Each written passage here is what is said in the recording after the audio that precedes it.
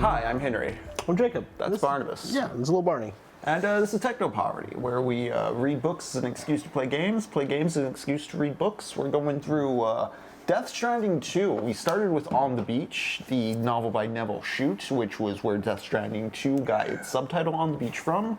We're currently on Octavia Butler's Parable of the Sower. I read a good chunk of it this past week, maybe chapters 14 through 17. I believe I'm on chapter 18 now.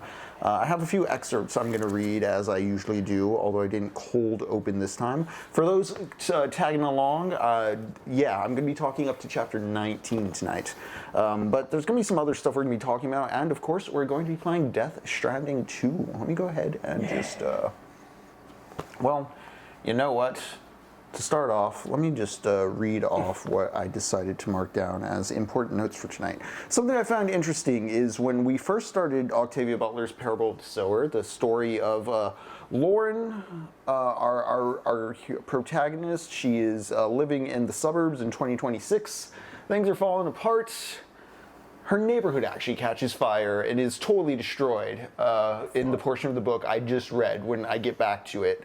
God dang.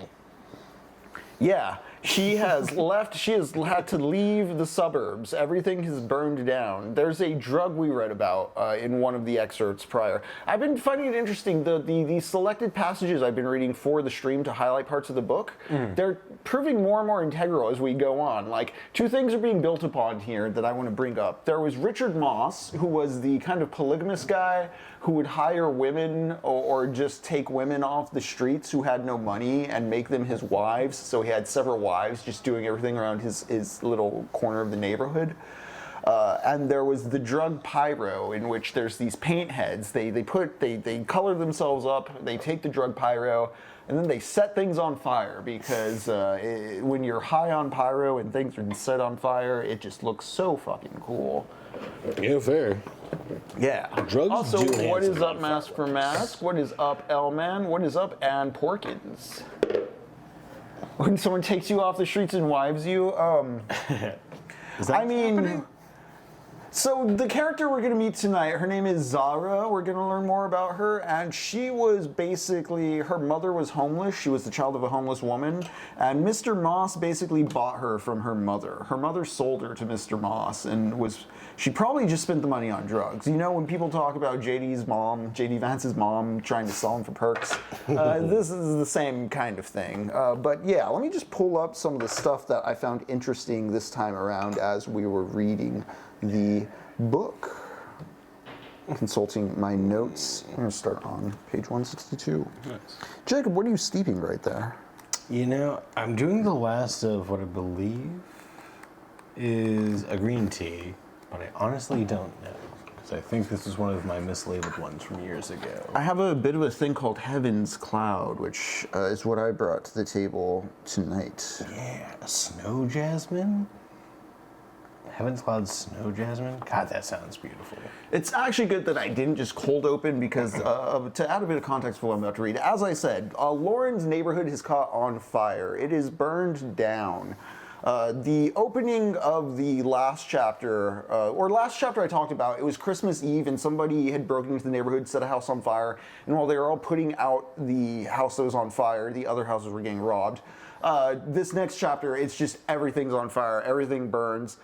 There's a bunch of dudes stole a truck and like ram it through the neighborhood gate, and then they just start smashing and grabbing and killing whatever they can.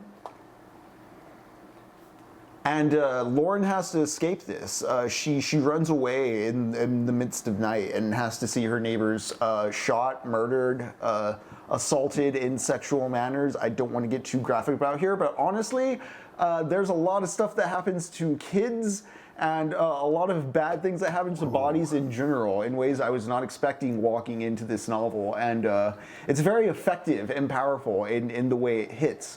Because, I don't know, it feels in some ways sometimes like this could easily be a very sanitized young adult premise, but it really is about a young girl's preconceived notions of reality that her parents raised her on just being smashed and destroyed. And so I feel it doesn't reach into like exploitation with how vulgar it gets. It's just, it's graphic, it's powerful, it's there to make a point. Like, when I talk about Tolkien in fantasy going off on these long historical diatribes to bring about a point that like the present moment wasn't just magically here, like there's a history of things you're participating in.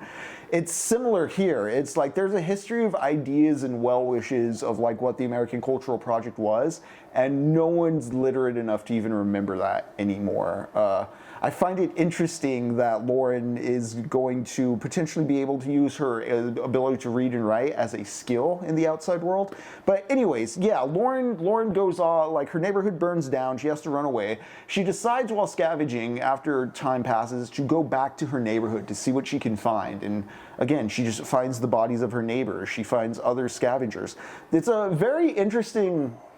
When I say this, I don't want to cheapen the novel, but like there are some very video gamey moments you can feel because she has to, when she goes back to her neighborhood, it's being scavenged by folks, and she has to pretend to not like be emotionally attached to this neighborhood. Like she has to pretend to just be another scavenger. And so the way she describes having to move through that is very fun and engaging. And considering the first half of the book, you spent time being familiarized with this space. It really, like you can really, your mind has developed an image to play with in a very interesting way. And it, again, really hits at the loss of all of it, too. Even though they were like a holdout fortress suburb, and it was clear things were going to go bad, you know, this is kind of a bigger point she's trying to draw with the novel. Like, you can prepare, and, you know, something's always going to come sideways at you. So don't be too, but be ready for change, as the whole religion of Earthseed is, you know, telling us.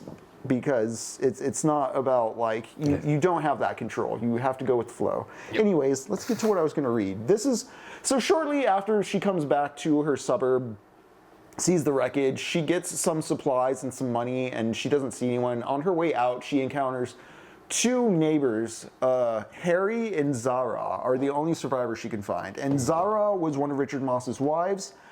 She's like 15. She was the one who was sold by her mother to Richard Moss.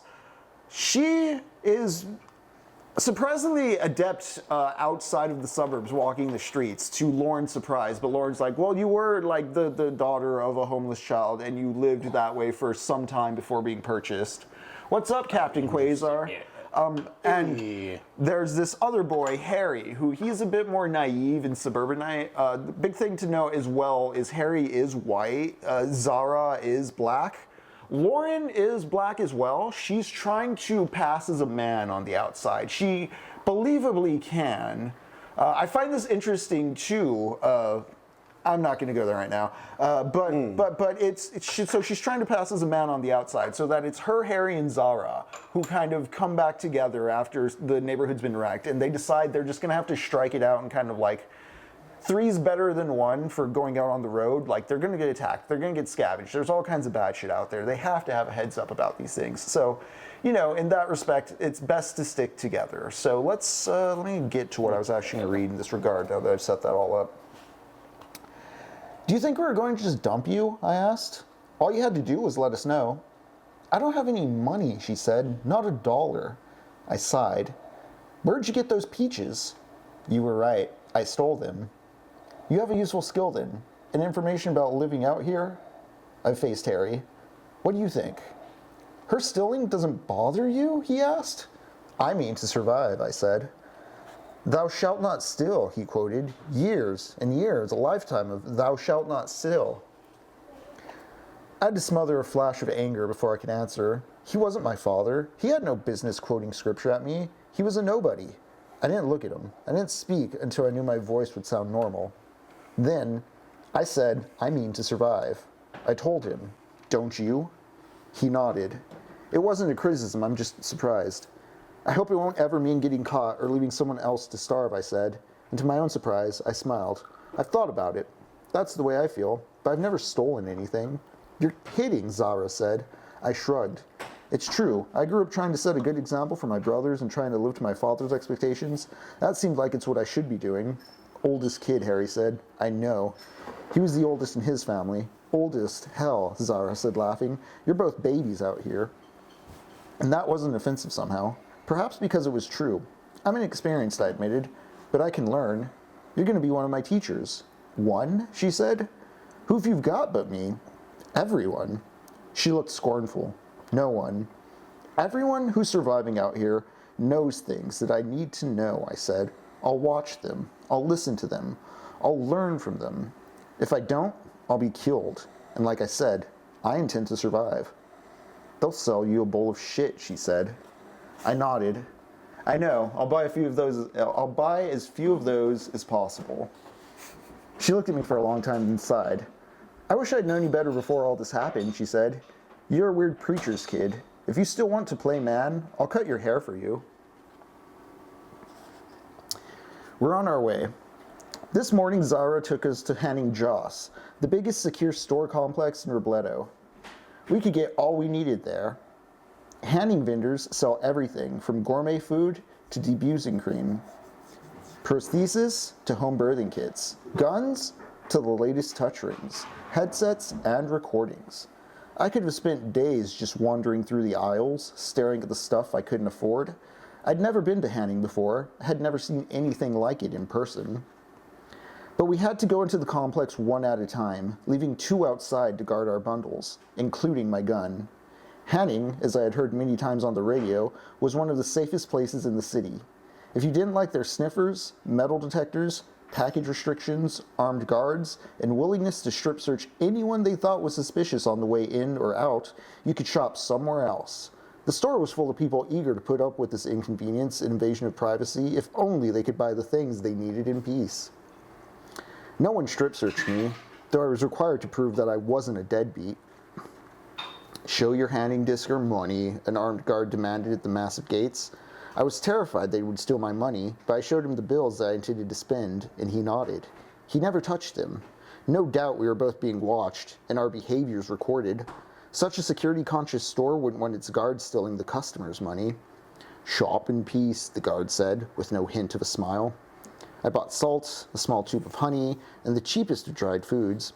Oats, fruit, nuts, bean flour, lentils, plus a little dried beef. All that I thought Zara and I could carry. And I bought more water and a few odd items.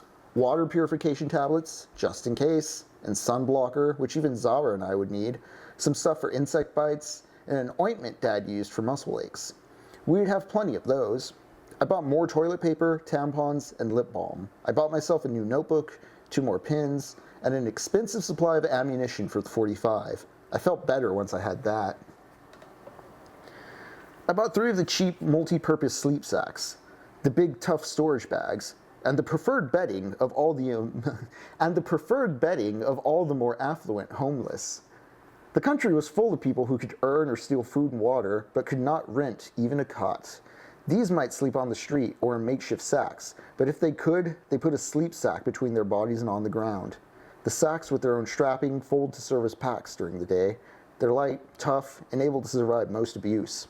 They're warm, even if you have to sleep on the concrete, but they're thin, more useful than comfortable. Curtis and I used to make love on a pallet of them. And I bought 3 oversized jackets of the same thin, breathing synthetic as the sleep sacks. They'll finish the job of keeping us warm at night as we move north. They looked cheap and ugly, but that's good. They might not be stolen. That was the end of my money. The money I had packed in my emergency pack. I haven't touched the money I took from the foot of the lemon tree.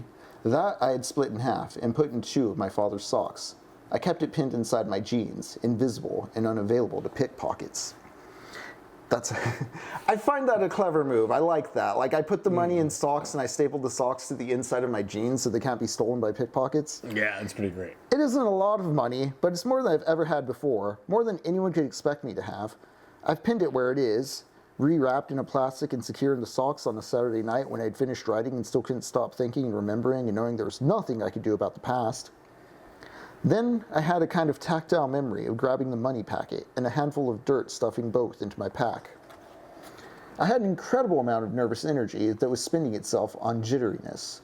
My hand shook so that I could hardly find the money. By feel, in darkness, I made it an exercise in concentration to find the money, socks, and pins, divide the money in half, or as close to half as I could without seeing, put it into the socks, and pin it in place. I checked it when it went out to urinate the next morning. I'd done a good job. The pins didn't show it all on the outside.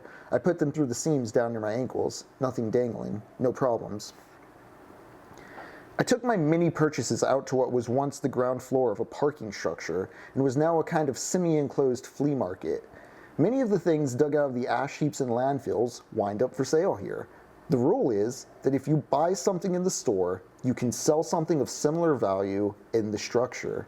Your receipt, coded and dated, is your peddler's license. The structure was patrolled, though more to check for those licensors than to keep anyone safe. Still, the structure was safer than the street. I found Harry and Zara sitting on our bundles, Harry waiting to go in the store and Zara waiting for her license. They had put their backs against the wall of the store, a spot away from the street and away from the biggest crowd of buyers and sellers. I gave Zara the receipt and began to separate and pack our new supplies. We would leave as soon as Zara and Harry finished with their buying and selling. So yeah, I find it very interesting that like there's this like super Walmart / eBay, or what I see is just like an analog Amazon kind of marketplace. You know what I mean? You go buy all the stuff at the superstore and they're like, okay, you did business here. Here's your license to be a businessman. Feel free to resell your shit. Like, it's like. One of the big things that I bring up that I feel like this novel maybe didn't take into account or didn't see coming that should be taken into account, not in a way of saying like, oh, this novel's stupid or wrong for not seeing this, is the way the internet kind of like closed the distance, because it's the same thing, right? It's not like it's like, oh, they completely didn't consider human behavior in writing this. It's like, no, if you didn't have the internet, like something like the resale system we have with like a national like corporatized auction system through eBay would pop up in this manner, I feel. You know what I mean? Oh yeah, for sure. Like we would need something. And again, that this novel has these like glimpses at something that's not, it's not completely just like the end of everything. It's just the shittiest systems insisting they're still legitimate. Yeah, just carry. You know, we are going to try to find a way to carry on. It's not like most people are trying to look for violence or murder. Like we all kind of just want to get by, save for a few assholes. Yeah, let me check up really quick on what Mask for Mask is saying. 3 means you can sleep in better shifts. Yes, that is true as well, Mask for Mask. That is something I'll bring up as I keep reading. Oh, yeah.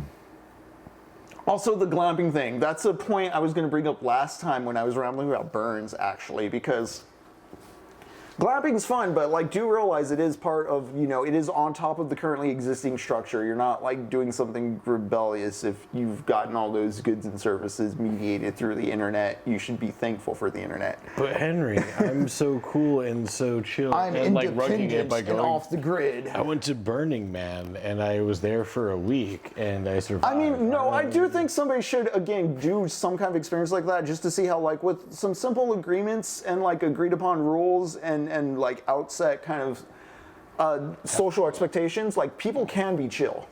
Mm-hmm. Nature.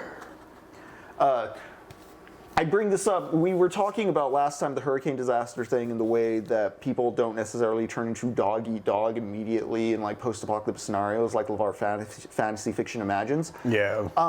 During Hurricane Katrina though, there was one space you didn't want to go because people would shoot you on sight, and do you know what that was, Jacob? What was that? It was the suburbs, you know? Interesting. Yeah.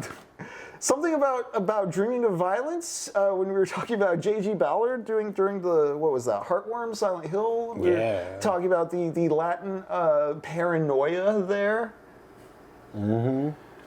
Also, speaking of mutual aid, Mask for Mask, I know, guys, we haven't gotten to Death Stranding 2, but we'll keep getting through Parable of the Sower stuff. I just find it so damn interesting considering what's happening in the world right now. But speaking of mutual aid, we have a pinned link in the chat. There's some directions there on if you want to help out the people of Minnesota. I do know Bovino, I think the Border Patrol is pulling out now. Of course, continue to support mutual aid efforts where you can. Yeah. Let me pull up so say howdy neighbor. Considering all that, Nobody's safe, Zara told him. No matter how pitiful they look, they can steal you naked. Little kids, skinny and big-eyed, will make off with all your money, water, and food. I know. I used to do it to people. Maybe they died. I don't know, but I didn't die. Harry and I both stared at her. We knew so little about her life. But to me, at that moment, Harry was our most dangerous question mark. You're strong and confident, I said to him. You think you can take care of yourself out here, and maybe you can. But think about what a stab wound or a broken bone would mean out here.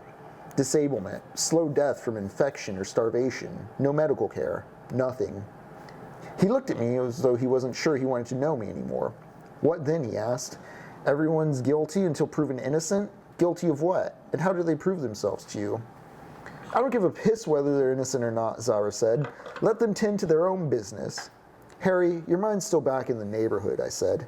You still think a mistake is when your father yells at you, or you break a finger, or you chip a tooth or something. Out here, a mistake, one mistake, and you may be dead. Remember that guy today? What if that happened to us? We'd seen a man robbed, a chubby guy of 35 or 40 who was walking along eating nuts out of a paper bag. Not smart. A little kid of 12 or 13 snatched the nuts and ran off with them. While the victim was distracted by the little kid, two bigger kids tripped him, cut his pack straps, dragged the pack off his back, and ran off with it. The whole thing happened so fast that no one could have interfered if they wanted to. No one tried. The victim was unhurt, except for bruises and abrasions, the sort of thing I had to put up with every day back in the neighborhood. But the victim's supplies were gone. If he had home nearby and other supplies, he would be all right. Otherwise, his only way of surviving might be to rob someone else, if he could. The robbing of little kids here, like, it sounds dystopic, but funny enough, way back when we were playing Jet Set Radio Future, I talked about gangs of New York. And there are times in gangs of New York where people describe alleyways you don't want to go down because gangs of children would rob you. They would pop out from under the floorboards or drop down from ventilation places. And like, it sounds almost like a JRPG. Like, I remember reading this, and with the first time I read Gangs of New York, reading this shit, and it felt very much like a Final Fantasy or like a 2D turn-based game where you're like walking down a hall and then the screen just flashes like a Pokemon battle, and then you just have like 8 fucking kids with like knives ready to shiv you, and it's like, well, fuck. That's fucking terrifying. Yeah. Like, so again, this is reminding me too of, in the same way Margaret Atwood's The Handmaid's Tale is using and transposing historical precedent to make something that feels legible and real. Like, Butler is doing the same. Man, I wonder what age these kids are. I'm like, how many kids could I take on? Not a lot. I went sledding yesterday and I'm still sore, so I could take on like maybe 2. I think I could take a few kids, you know. For sure, you're definitely in much better shape than myself. Anything you buy from a water peddler on the freeway ought to be boiled, and still might not be safe. Boiling kills disease organisms, but may do nothing to get rid of chemical residue, fuel, pesticide, herbicide, whatever else has been in the bottles that peddlers use. The fact that most peddlers can't read makes the situation worse. They sometimes poison themselves. Commercial stations let you draw water where, wow, I really fumbled that one. It's all good, you got excited. Commercial stations let you draw whatever you pay for, and not a drop more, right out of their taps. You drink whatever the local households are drinking. It might taste, smell, or look bad, but you can depend on it not to kill you. There aren't enough water stations. That's why water peddlers exist. Also, water stations are dangerous places. People going in have money. People coming out have water, which is as good as money. Beggars and thieves hang around such places, keeping the whores and drug dealers company. Dad warned us about all the water stations, trying to prepare us in case we ever went out to get caught and got caught far enough from home that tempted to go stop for water. His advice? Don't do it. Suffer. Get your rear end home. Yeah. 3 is the smallest comfortable number at water stations. 2 to watch, 1 to fill up. And it's good to have 3 ready for trouble on the way to and from the station. 3 would not stop determined thugs, but it would stop opportunists. And most predators are opportunists. They prey on old people, lone women, or women with young kids, handicapped people. They don't want to get hurt. My father used to call them coyotes. When he was being polite, he called them coyotes. I like that. When he was being polite, her father was a nice man. I do want to bring up that while declared dead, they have not found her father. The body was never confirmed, and I mean, the neighborhood burned down before he could return. Oh, yeah. So who knows what happened to the man? I brought up earlier that Zara and Lauren are black and Harry is white. I do bring that up because to the wanderers on the road, a mixed race couple or a mixed race group is curious. They start getting looks. But I do bring up that shortly after going to the water station, they encounter and help out a mixed race couple with a baby, and they don't join the party immediately, but they kind of follow behind and follow behind and follow behind, and eventually there's an encounter with dogs, and because of that they party up. And that just brings us to this last little bit here. I'm basically talking through everything we read, but like, this is kind of like the most important point, and then we can move forward. Yeah, for sure. Just for some context, Travis and Gloria are the names of the mixed race couple they find, and their baby's Domingo. Oh. I think Travis Charles Douglas is my first convert. Zara Moss is my second. Zara has listened to the days past, and as Travis and I went arguing off and on, sometimes she asked questions or pointed out what she saw as inconsistencies. After a while, she said, I don't care about no outer space. You can keep that part of it, but if you want to put together some kind of community where people look out for each other and don't have it to take being pushed around, I'm with you. I've been talking to Natividad. I don't want to live the way she had to do. I don't want to live the way my mama had to either. I wondered how much difference there was between Natividad's former employer, who treated her as though he owned her, and Richard Moss, who purchased young girls to be part of his harem. It was all a matter of personal feeling, no doubt. Natividad had resented her employer. Zara had accepted and perhaps loved Richard Moss. Earthseed is being born right here on Highway 101. On that portion of 101 that was once El Camino Real, the royal highway of California's Spanish past. Now it's a highway, a river of pour, a river flooding north. I've come to think that I should be fishing that river, even as I follow its current. I should watch people, not only to spot those who might be dangerous to us, but to find those like Travis and Natividad who would join us and be welcome. And then what? Find a place to squat and take over? Act as a kind of gang? No, not quite a gang. We aren't gang types. I don't want gang types with their need to dominate, rob, and terrorize. And yet, we might have to dominate.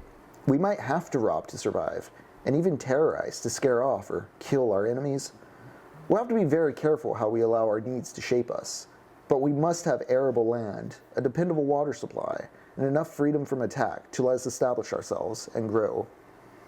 It might be possible to find such an isolated place along the coast and make a deal with the inhabitants.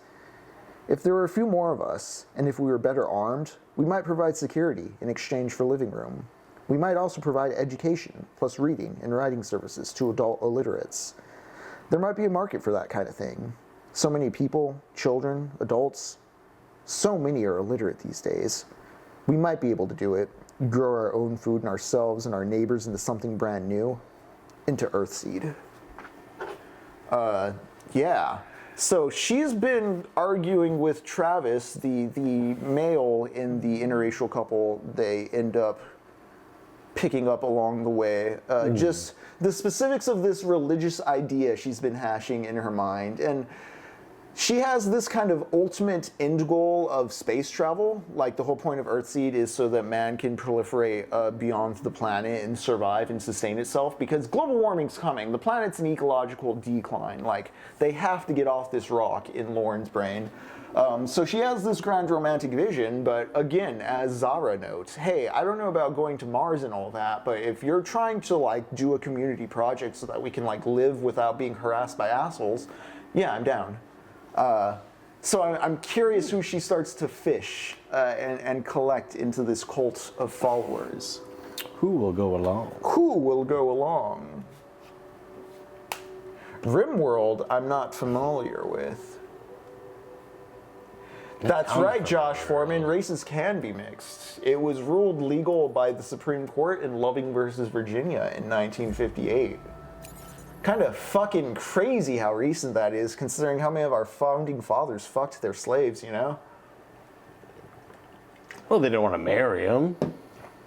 You know? True, they just dehumanized him, saw him as property. Absolutely. All that bullshit. And thankfully, we stopped doing that with women and minorities and children. Right, we don't tie bodies to, economic value like that anymore. No, never. That would be Never. very bad, and that would harm a lot of productivity and just generally goodwill in America. All right, let's see what I have in inventory right now, just in general. Oh my god. I got pretty basic Sam. What are you doing? I think you're getting ready to lick that toe. I'm gonna stop you from licking that toe. Lab, eh? I know, Barney. I'm so sorry. This is a lost cargo for delivery.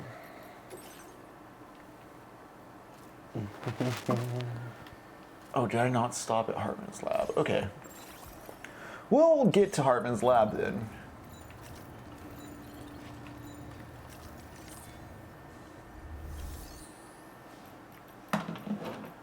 But no, I brought up that suburbs example as a way to counterbalance kind of what we were talking about yesterday. I don't want to over determine one way or the other the disaster reaction stuff, because it is very dependent on the conditions of chaos around you.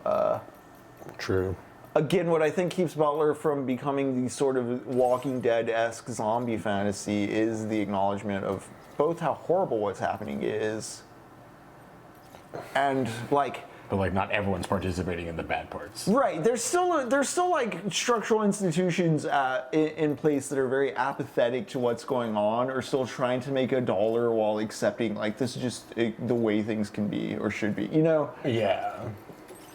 the fact that like she's thinking, oh, I can make a few bucks off of literacy, like that. There's still like that nugget of potential like lemonade to make out of this situation is very interesting to me. Yeah. In nutritional drinks, eh? Good girl, Barney. Order accepted. Thank you. Good sleepy Barney. Oh yeah, that does sound pretty cool, man. Yeah, strategy sim where you direct a ragtag group of shipwreck survivors to establish a colony on Earth, like sci-fi. Oh, and the tea is ready. it does sound pretty chill. mind. Oh yeah. I think this one's also a green tea, but not bad. It's got the aftertaste. Well.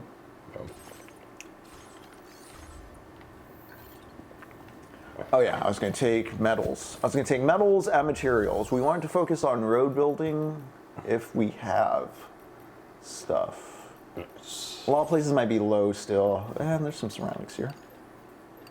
Just a couple ceramics, please. Some ceramics, some metals. Metal. Give it to me, give it to the metal. And some crystals. Okay, let's go back up the road, drop off all this cargo, and see what roads we can build. For those who tuned in Sunday, instead of screening Alan Brista on the Discord, we watched Alan Brista on stream while I assembled a Gunpla. Half assembled a Gunpla. It ended up being a 9-hour stream. I didn't get done with that model. Damn, dude, that thing is huge. Yeah, it's the first time I ever did a master grade kit. I didn't realize. I understood it was going to be a step up. I didn't realize how much of a step up, though, honestly. Gotcha. Oh, gotcha, yeah. I will continue streaming that, though. Nice. Say, that'd be cool, though, because like, you'll have the footage afterwards and you just do a big, long-ass time lapse. Exactly, yeah. That'd yeah. be really cool. I don't know, I was noticing I was kind of drifting out of the frame as well, but did have fun watching Alan Brista. Oh, yeah. A movie I had seen a few times, but I didn't realize Edward James Olmos was like in the background. Oh, no way. Yeah, I believe Master Mass pointed that out. Damn. Let's see. Yeah, they allegedly suspended Bavino's social media access, I assume because he was going Trump petty mode. Oh, that sounds so funny. That little man, that little Nazi sounds like he would be very upset. Wait, do they have an episode of him on Weird Little Guys? I feel like he's the perfect Weird Little. Right. You know? Oh, Barney. You know, 3 inches looks quite nice and proportional when you're 4'9". That's true. Also, use your mouth. Come on, man. He's great. like, come on, people. Like, Doug. Okay, so honestly, like, you saying that makes me think about, like, well, maybe they're prudes and don't know that you can go down on a woman. But, like, at this point, it's like they're sharing fucking Halo, like, chud meme shit. Like, they know the internet. Like, they know what Brazzers is. Like, you know what I mean? Like, people share the, like, the 5 guys standing around the lady on the couch screen all the time. Like, we all know this shit, guys. Like, you don't get to do that whole, like, Puritan Protestant shit if you're, like, the one doing the fucking fuck around found out posting. Yeah, like it's so fucking pathetic. Me trying to get my mom to listen to the nice lady with the handle socialist dog mom. Hell yeah, Master Mask. I need to get something from my mom because my mom, like, when you talk to her about things she loves, she appreciates like civic duties and people helping out neighborhoods and like doing things to help the local community.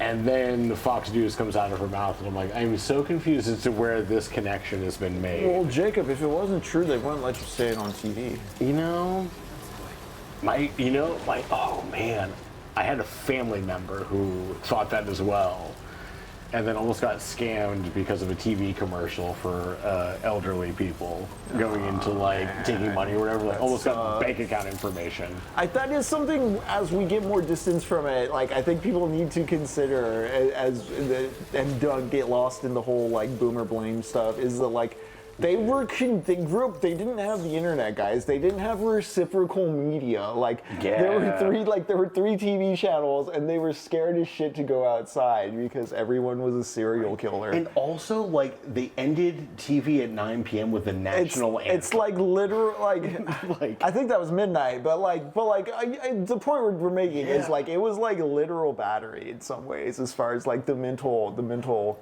toll of shit like that. There's also like the monoculture. Like, no one could look into stuff. Like, and it's one of those things where I always hate like the excuse of like, well, they grew up in a different generation. I'm like, that to a degree I understand, but also like you got to fucking grow up because you're still alive in 2026. You know, like finding that like Goldilocks zone of like some sort of accountability of like maybe I should do something to change myself, but.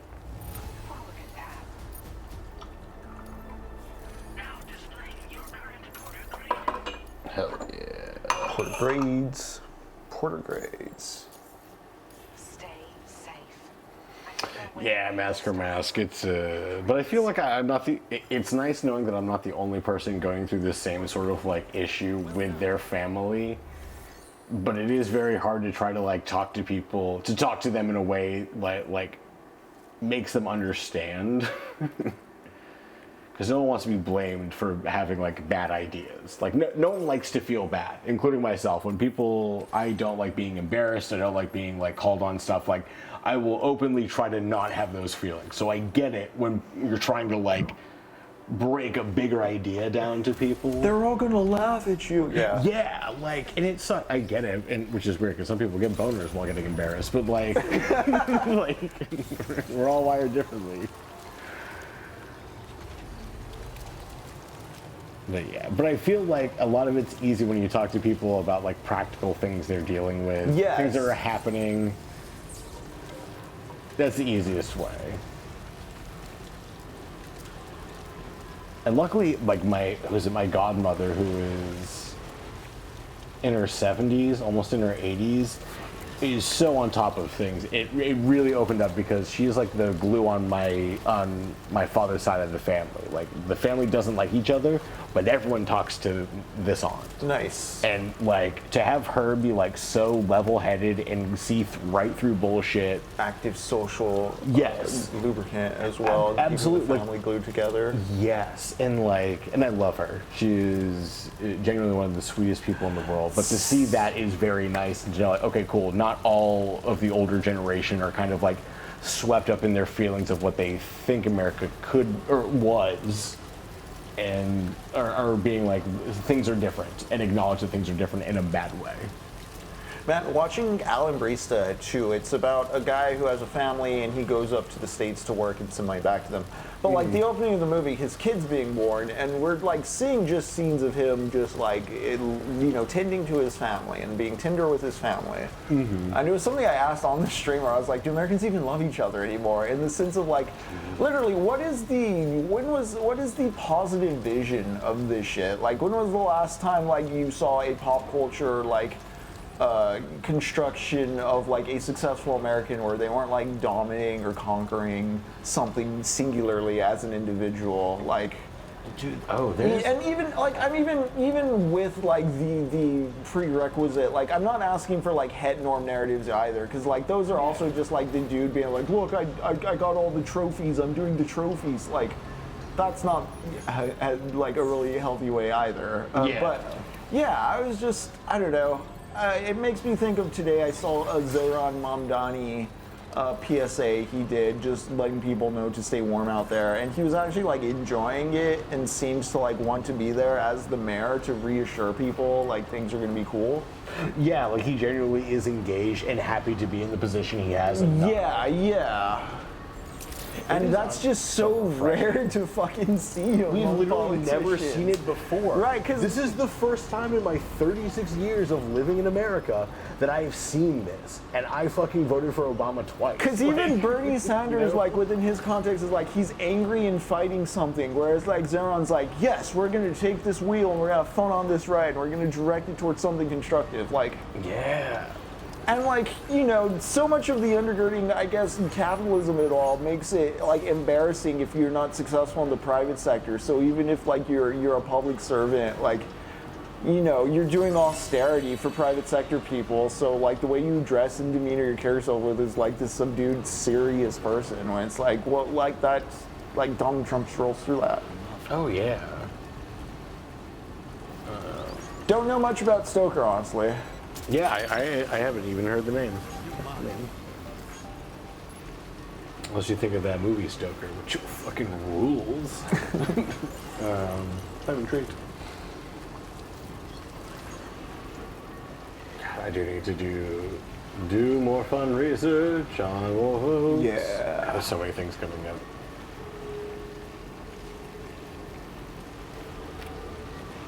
Thanks for hanging out and giving some semblance of like a relaxing, calming moment to the past couple weeks, because life has been crazy. I'm sure for everybody. Bernie's very excited and making a huff and a puff about it right now.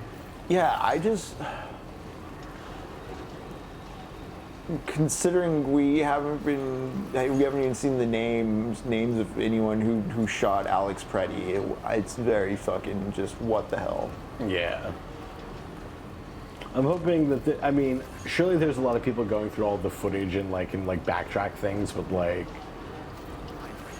man, we can use this information police state to our advantage as well. Like it records everything, Like we can figure things out, which is nice, but like, God, it's so fucking frustrating and so demoralizing to hear this shit, especially with someone who is like helpful as like a VA hospital. The RN, yeah, Alex pretty. Yeah, I don't know. When I was a kid, we used to have to, in New Hampshire, we would go to like the veterans hospital like during winter, and we would like sing for them like a little children's choir. I volunteered at a VA for a little doing media stuff. It was fun. Right. Yeah, in Indiana, or was it here in? That was in California. Okay, I'm in California, but like it was. Depending on how you. Yes, Mask. I saw the coworker send off that they started today with. It was very touching. Yeah.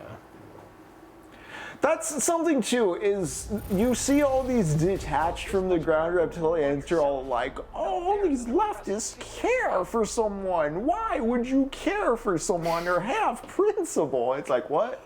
Yeah. Like, I thought you guys were the fuckers who posted about like valor and like conviction and like religious beliefs and shit all the time, and then here you are mad. Like, obviously, like, it's the hypocrisy is the point. The asyncretism of, like, fascism is there to confuse, overwhelm us. Damn, what are they doing with Maduro right now? Dog, who knows? What about Epstein? What about fucking all that crazy shit? More materials. I was thinking this might be. More dongles. What kind of grenade is this? Barney is just fucking. Oh wow, yeah, she is in heaven. She is so chill right now. It wards off evil? Oh, that's cool. Oh. This accessory has a net.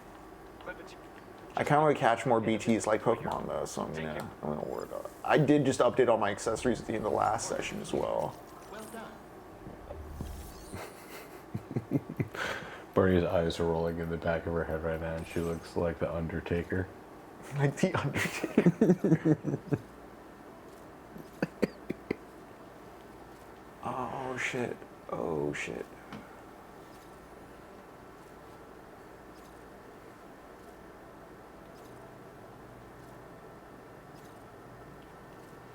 How did they take that mask, or how did that work out? Are they very supportive, or is it smooth, difficult, awkward, cool? I hope. Oh, what we got? Was it? Talk to my parents tonight about using an updated pic of me just in case. Don't want a girly she/her Yeah. a bit, which feels like a normal 22-6 combo. Oh, cool. I really hope that it went well. Because I only had one of my close friends in high school came out after high school, and his parents were not okay with it for like a month. And then suddenly we're very okay with it. But it was a very weird back and forth, and it was just very emotional and very dumb. But like, it kind of made me realize that how hard it still is, even, you know, at our own age. Nice. Yeah. It's funny, I can think of times too where my mom would hold her own tongue in the privacy of her own home, just being like, these rich like, it's like, Mom, it's okay, they're not watching, I see it. Like, Yeah, right. but that's what I'm talking about with like the abuse thing from like broadcast, like non-reciprocal media is like, it's just like, no, you just watch what power does, and power does what it wants to do. Until you fucking shoot it. Yeah. Didn't I already take this on? You know. Yeah. In fictional stories, that's what people would do.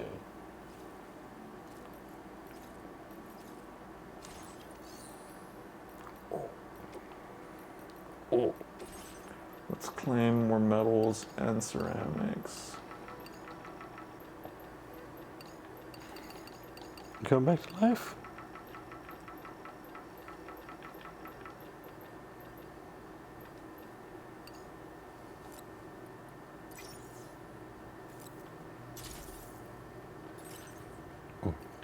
Oh, I hope this all fits in the truck. I haven't been considering. I'm just hauling what I can. Okay, no. What about these ceramics?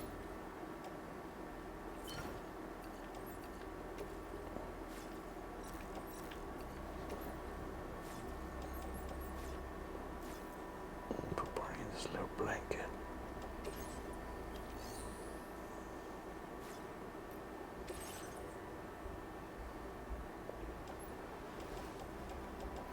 I can get rid of those special alloys. And these resins.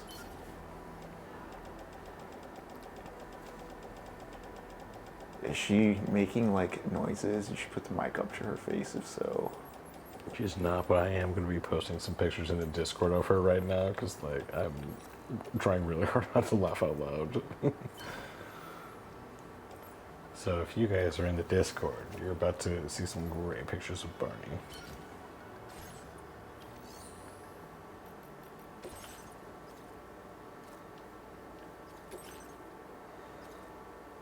No, wait, the truck is full.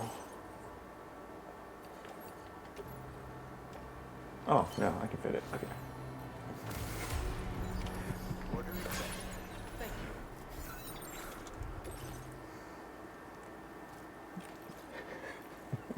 you. Look at this dog.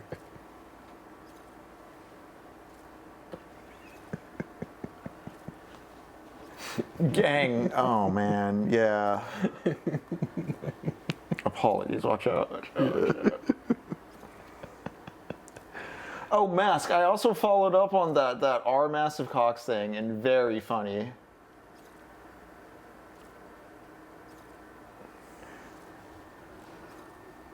Oh, and totally fine Massacre Mask. A lot of people misgender Barney, and unfortunately that's partly my fault because I was like naming her after like Barney, which is a character, or Barnabas, but calling her Barney for short, and people think Barney the dinosaur, usually male.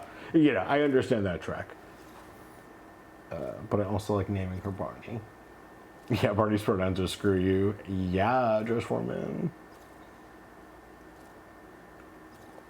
Her pronouns are honk shoe. Honk shoe, yeah. You're so sleepy right She is very honk shoeing maxing right now. Okay, now. Yeah. I need to go back north. No, I need to go down to Rainbow Valley. Cool. Oh, that's cool. Mask for Mask, Ripley. Right. And then Ripley. That's a good one. I remember that from when we were playing Extraction. What a fun game that was. Extraction. Aliens. Man, that was really fun. Man, those Doom-wads, whew, girl. There's always more coming too. We should get to that Fallout one at some point. You've been Fallout maxing a lot, but also I'm not sure if that one's complete. Not yet, I don't think, but I keep my ear to the ground on it because like it just looks so good, and I've been wanting to play the original Fallouts, but I really feel it. Do you have them like on Steam or anything? I think. Or are so. they up on Good Old Games? They're in one of those services. Yeah, I feel like they're on both.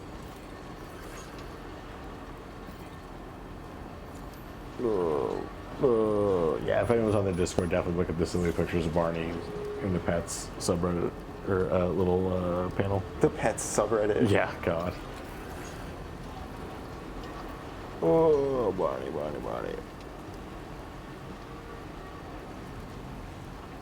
It's fucking old stuff.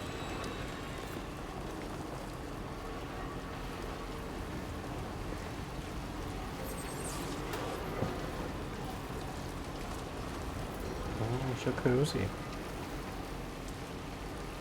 I guess that was to the lady.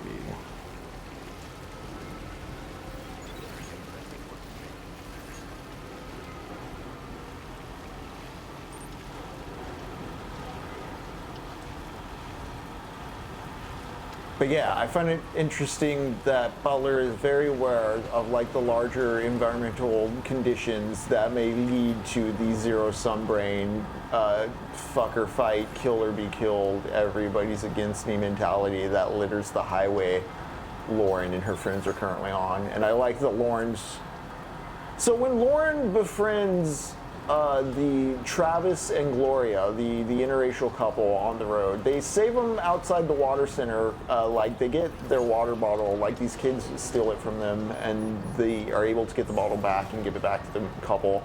They're like, people don't rarely do that. Why'd you do that? And it was because Lauren was sensitive to the baby because of her empath skills.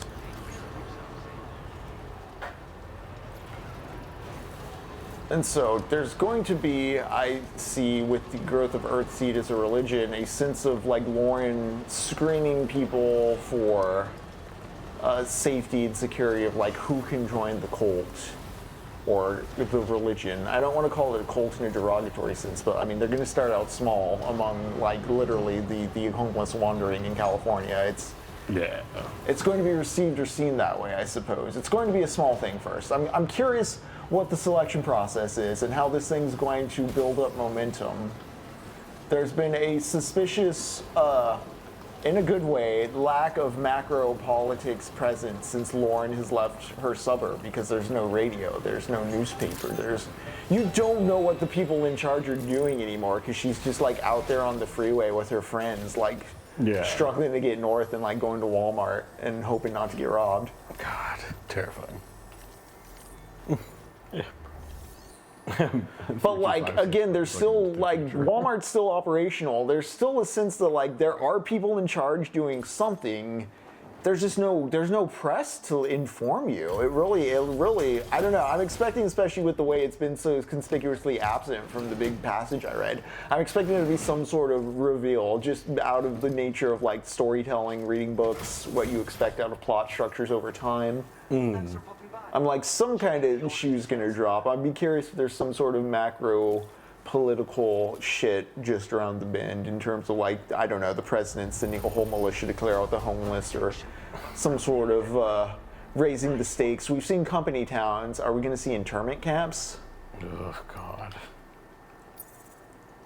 I assume. Come to America I soon. assume if Lauren is able to get this productive religion going and starts gaining momentum, the feds are gonna, you know, maybe do a Waco on it or something. God. What up, Sleepy Zane? Hey. Okay, sorry. There's a book Seth Harf was talking about that I'm very interested in on, I think it's the ELF, the Earth Liberation Front, coming out. I heard a bit about this on Doom Room, if I remember correctly, but they're an interesting group, Jacob. I'll say that. I think they've done what might be considered eco-terrorism in some ways, although it's all been like structural, like non-human damage type shit. Oh, interesting. Yeah. Interesting, right? Yeah. But they're like on, I believe they're on like the Fed shit list, despite never having like actually, Like done anything. really? yeah. Which is, just by having ideas. they're just an interesting group. That's really cool. Very interesting group. Yeah. Interesting. So I guess I don't know when the book's coming out, but Seth Harp was saying like, hey, the writer, you know, is legit. Check out this book when it drops. Seth Harp, of course, the author of the Fort Bragg Cartel. God, so good. Yeah, I can't wait to look into that. Yeah. Yeah. Whenever we get back into, it, I'm gonna re-listen to it because it was. Yeah, again, keep in mind, we do at some point, once we stop falling out of the future, we are going to get to some Seth Harp with the Fort Bragg Cartel. You're right. As well as a few other military-centric books. Fort Bragg Cartel's primary. Yeah. Unit X and this ELF book might also be there, depending on how long we take getting through Death Stranding 2 and some of the other sci-fi stuff I have in mind.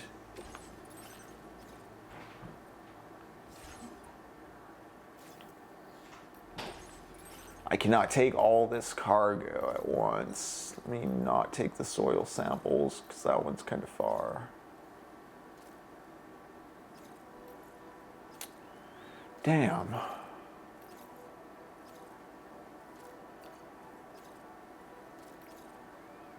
I'm just gonna have to, I don't know, shelve my medals. Jari! Just gifted something to Drag Asnum, that's me!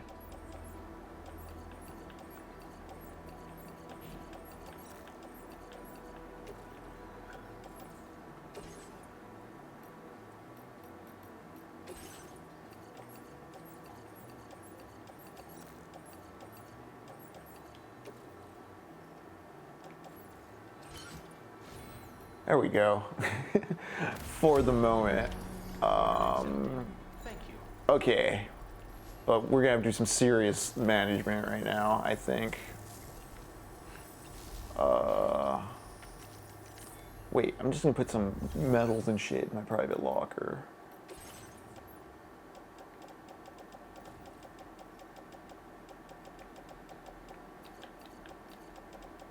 Some of the lower count medals to start with.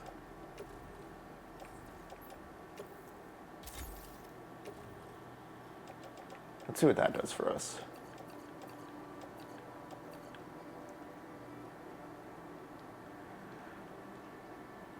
No, I don't have any of those licenses, Mask.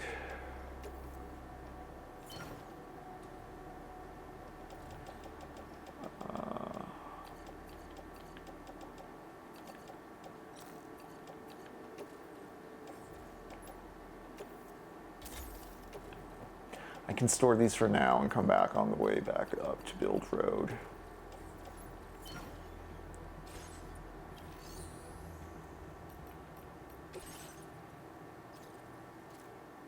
Nope, nope. Okay. Okay, problem solved.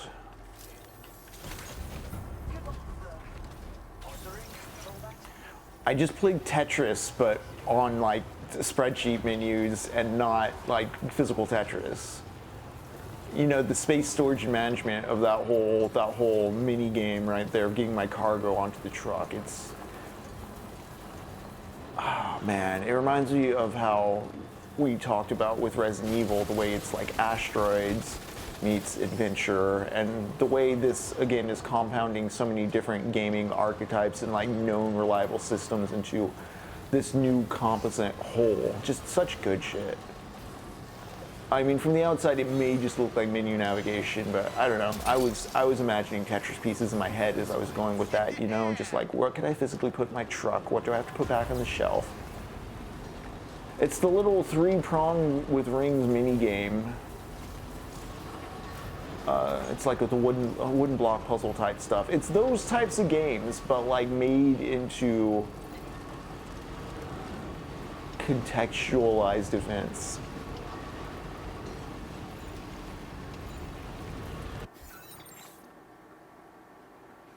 Oh, nice, Jari. I really enjoyed the most recent Michael Burns video I worked on. I believe it's the one that's up live now for you folks to see wonderfully. I think the music really accentuates what Michael's talking about with being normal. Also, the idea of normal and just like the need to reconsider what the new normal is. Mask, earlier when you said it seemed like a normal conversation to have with your parents, I genuinely hope so. Like, in a way where it's like, I'm not big on the exhaustive liberal idea of like, boy, I hate living through history. Like, no, like time persists. There's consistent issues that people need to mind and like actively work towards managing. You're always living through history. You just have a very small, narrow idea of what history actually is, or what history as a human study is for.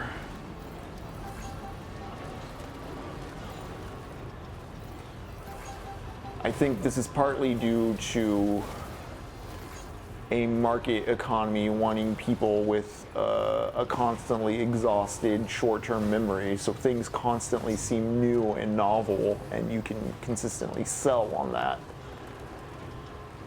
The only thing is, in the long term, that drives people insane because there's no consistent, stable sense of history or continuity, and I think that's a huge issue we're seeing with just reactionary boomers right now who, you know, broadcast TV is pretty much dead. The internet's appified everything. The world is extremely terrifying and confusing to those people.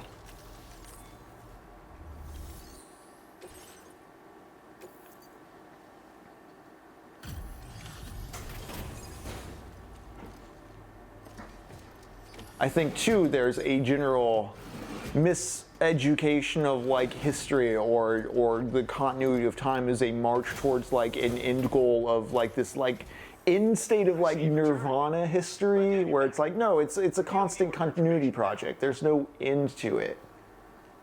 It's like Dr. Manhattan tells Ozymandias, nothing has an end, Adrian. Nothing ends ever. This cargo is in tip-top shape. You are a consummate professional. Consummate professional. Now display your current order grade.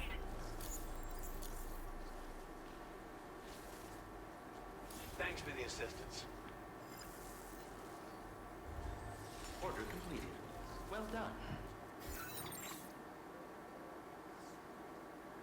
Hell yeah, Mom.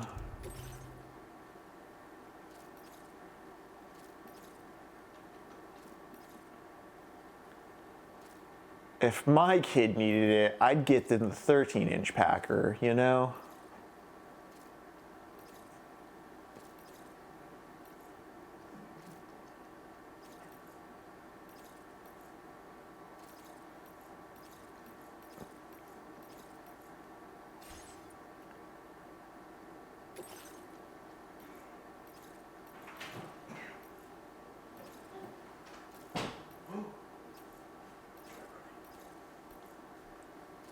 Oh no.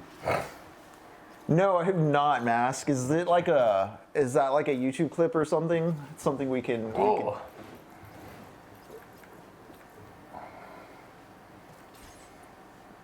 All right.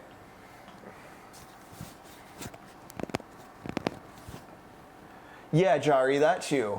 And the thing is, if we had a kinder expectation of what society is, and people, especially the rate at which the elderly are going homeless currently, that just accelerates the insanity and the paranoia and the want to like not change because you're being asked to like do what you see as something extreme and discontinuous with the prior 40 years of your life.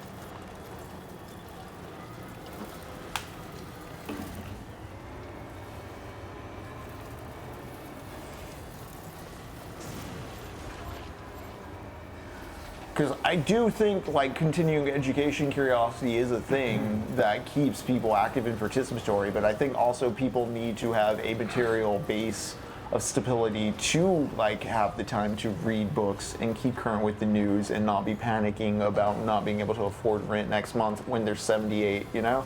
Yeah.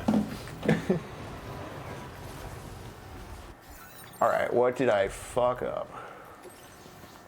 I broke Josh something. Forward, 30 years in game dev. Impressive. Hell yeah. Josh Forward, how many times have you been let go from game dev? I hope that doesn't keep happening. I hope that you get all of the work forever and all of the money.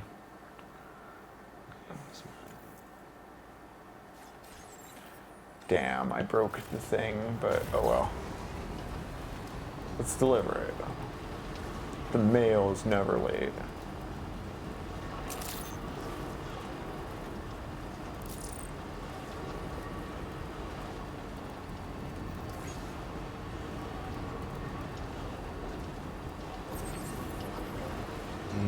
Yeah, good call, Master Mask. Fun work, no crunch, full bennies. This is my prayer. Full bennies. Yeah, you know. Man, imagine if we just had healthcare as a state. Dude, honestly, this job that I have has not been bad, but the first year was probably like when I was able to get all of my like medical stuff I've been like putting off, finally like taking care of. I was like, ooh, look at this, this feels great. Then everything got expensive again. I was like, well, I'm glad I did that for myself. It's also cool when you're just like, hey, we're gonna raise your medical rate. She's like, cool, so I'm gonna get like something extra for it, right? Like I get to like go see like new doctors or more options, or like actually less. And actually, yeah, just like no, you just give us more money. Also, we lost your data in a breach, and we're gonna scold you to be careful about doing things online with your data. Even though we're the ones that had the leak. Buddy. God, that's so funny. This Hey, is a you great time fucking for all idiot, of us we to lost talk. your data. Why don't you do a better job of protecting that shit? Like this is like the the letter doesn't say that, but Jacob and I both got letters along those lines in very just like inane corporate sanitized speak where it's like, what the fuck, man? Yeah. I know you're not calling me a fucking idiot, like explicitly, but But like you're sure dancing. yeah. Like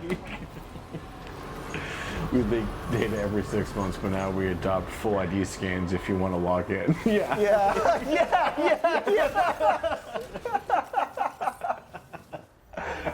have your biometric you face just get scan. more data. Yeah. Everybody wins.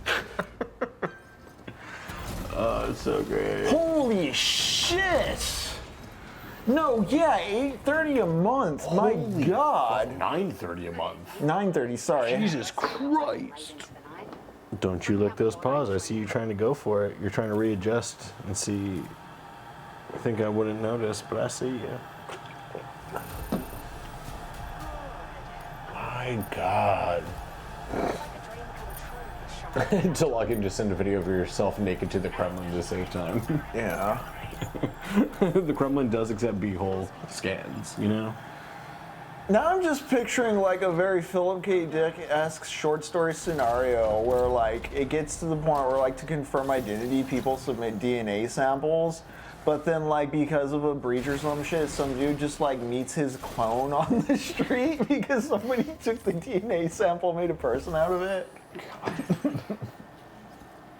No.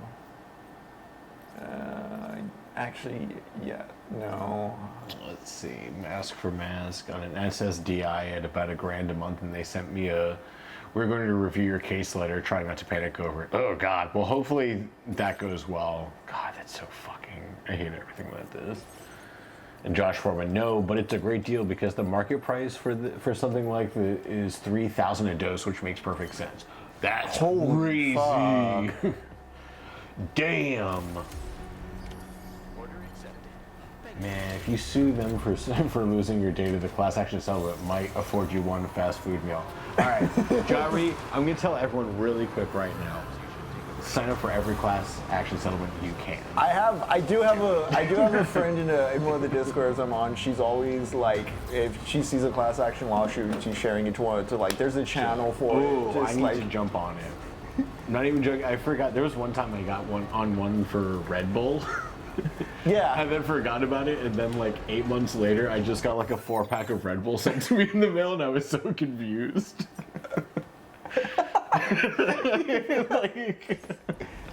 So do it, even if you get that $12. You know what? That's fucking $12 that Verizon doesn't fucking have anymore.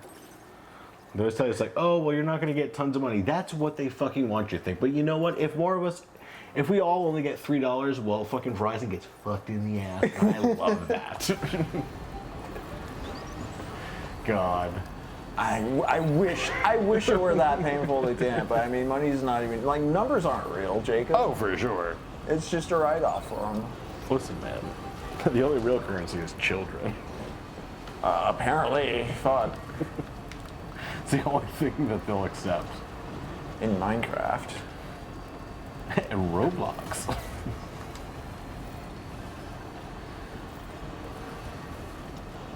Oh, what's going on in chat? Let's see. I don't think so. With all these things in danger, it's an emergency. You get for free if only it's emergency, though. Then you have to wait for years to pay. Interesting, but not in the interesting way.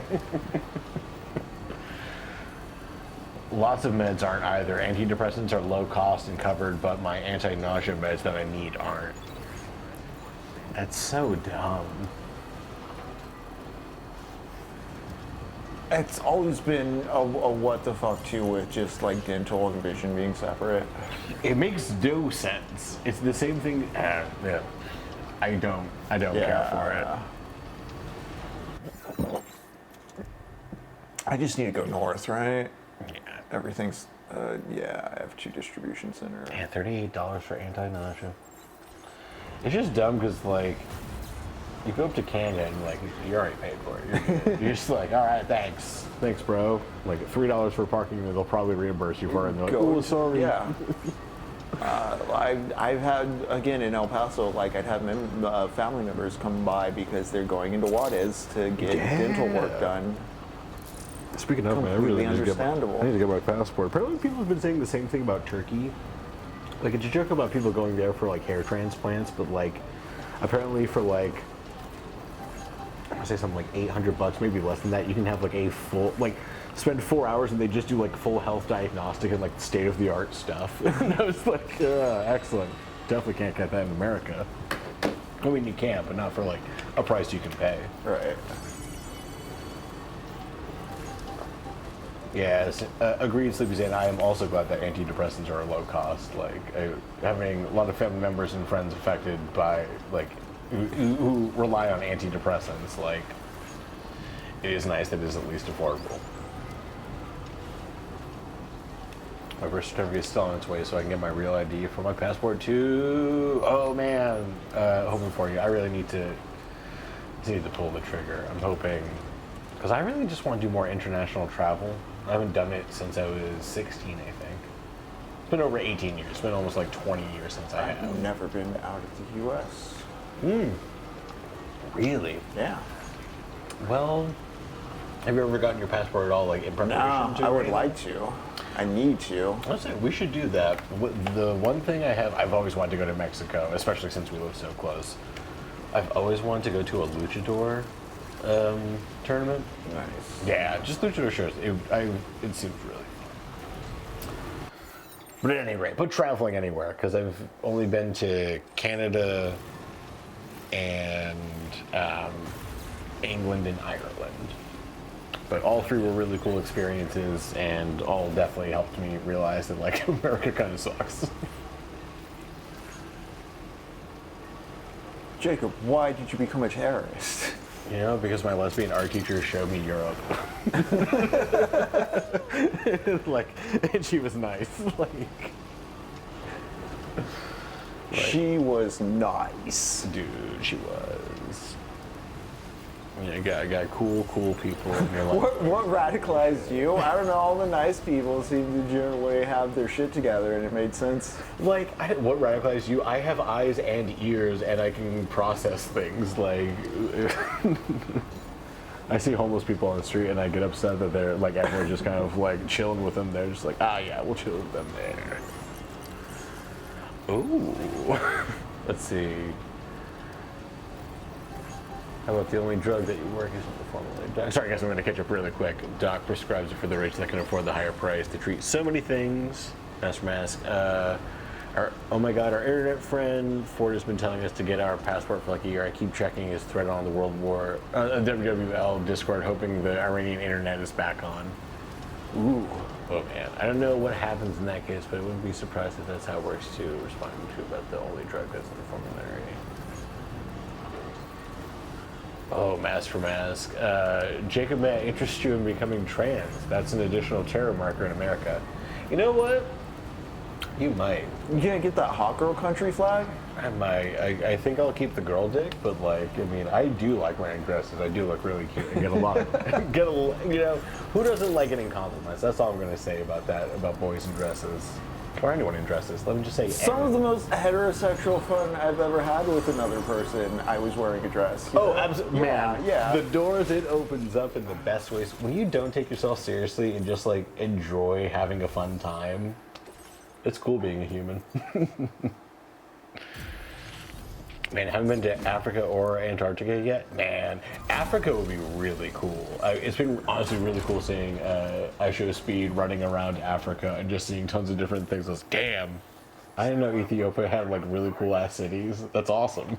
No, yeah, I really like how much of just a traveling ambassador that dude's become. Yeah, dude, I used to not like his like boisterousness and stuff, and then I immediately realized I was just an old man about it. Right, and then I saw it for right. what it was. I was like, You oh, know this what? is You know what, great. dude? For me, hearing people on like outside of the internet talk about him, because there's so many shitty internet personalities and stuff where it's like I never hear like people in places I am offline like talk about this stuff. Because it's like, no one's fucking talking about Destiny offline. Nick Shirley is purely a right-wing bubble thing. No one knows about all that kind of shit, all that horrible shit. I never hear about that. But like, Yeah. I'll go to the tea house and people are like very enthusiastically talking about speed. Like, that's cool. It's cool as Like hell. it is an almost like sensibility of like going back to some sense of like that comforting like sense of like boomer monocultural one. Right, dude, he's Anthony Bourdain for like the next generation. Like, yo, In a way, we're yeah, going yeah. places. Like, this is cool. We're having fun. You can do this. Let's see. I don't know, Henry, what country's flags are all these hot girls from? Dude, totally. I mean, also the whole thing with like dresses and stuff is like I'm pretty sure I've been told this multiple times that heels were originally for dudes to show off their little asses, No, I wouldn't doubt it. lift their little buttocks. Also, Yeah. like, kilts are really comfortable. kilts are especially extremely in comfortable. Texas. Yeah, Like, yeah. I don't wear mine nearly as often, but like, it is genuinely some of the most comfortable you'll be, as you can understand, when it gets hot anywhere. That's so fucking stupid, Mask. I hate it. They ruined the Palestine episode. Boo! I bet you can find it on YouTube though. I've been watching old Border Dane episodes on there. Oh, have you? Just like clips? Are they Yeah. like parts? That and also David Tells.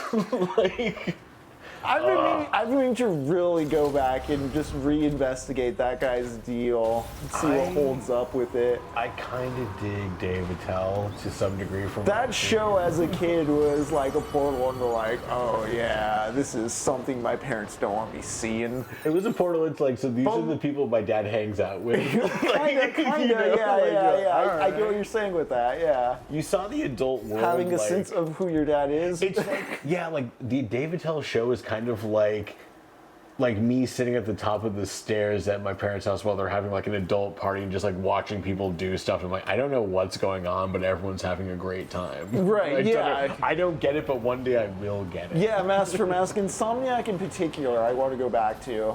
Yeah.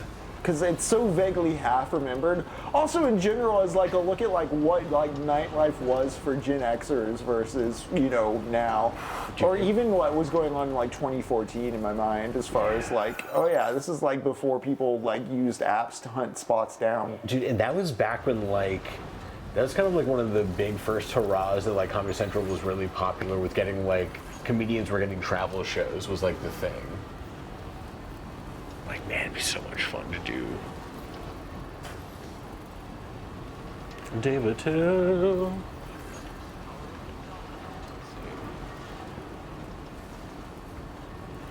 The wastewater treatment plant and Nutria episodes are my personal faves.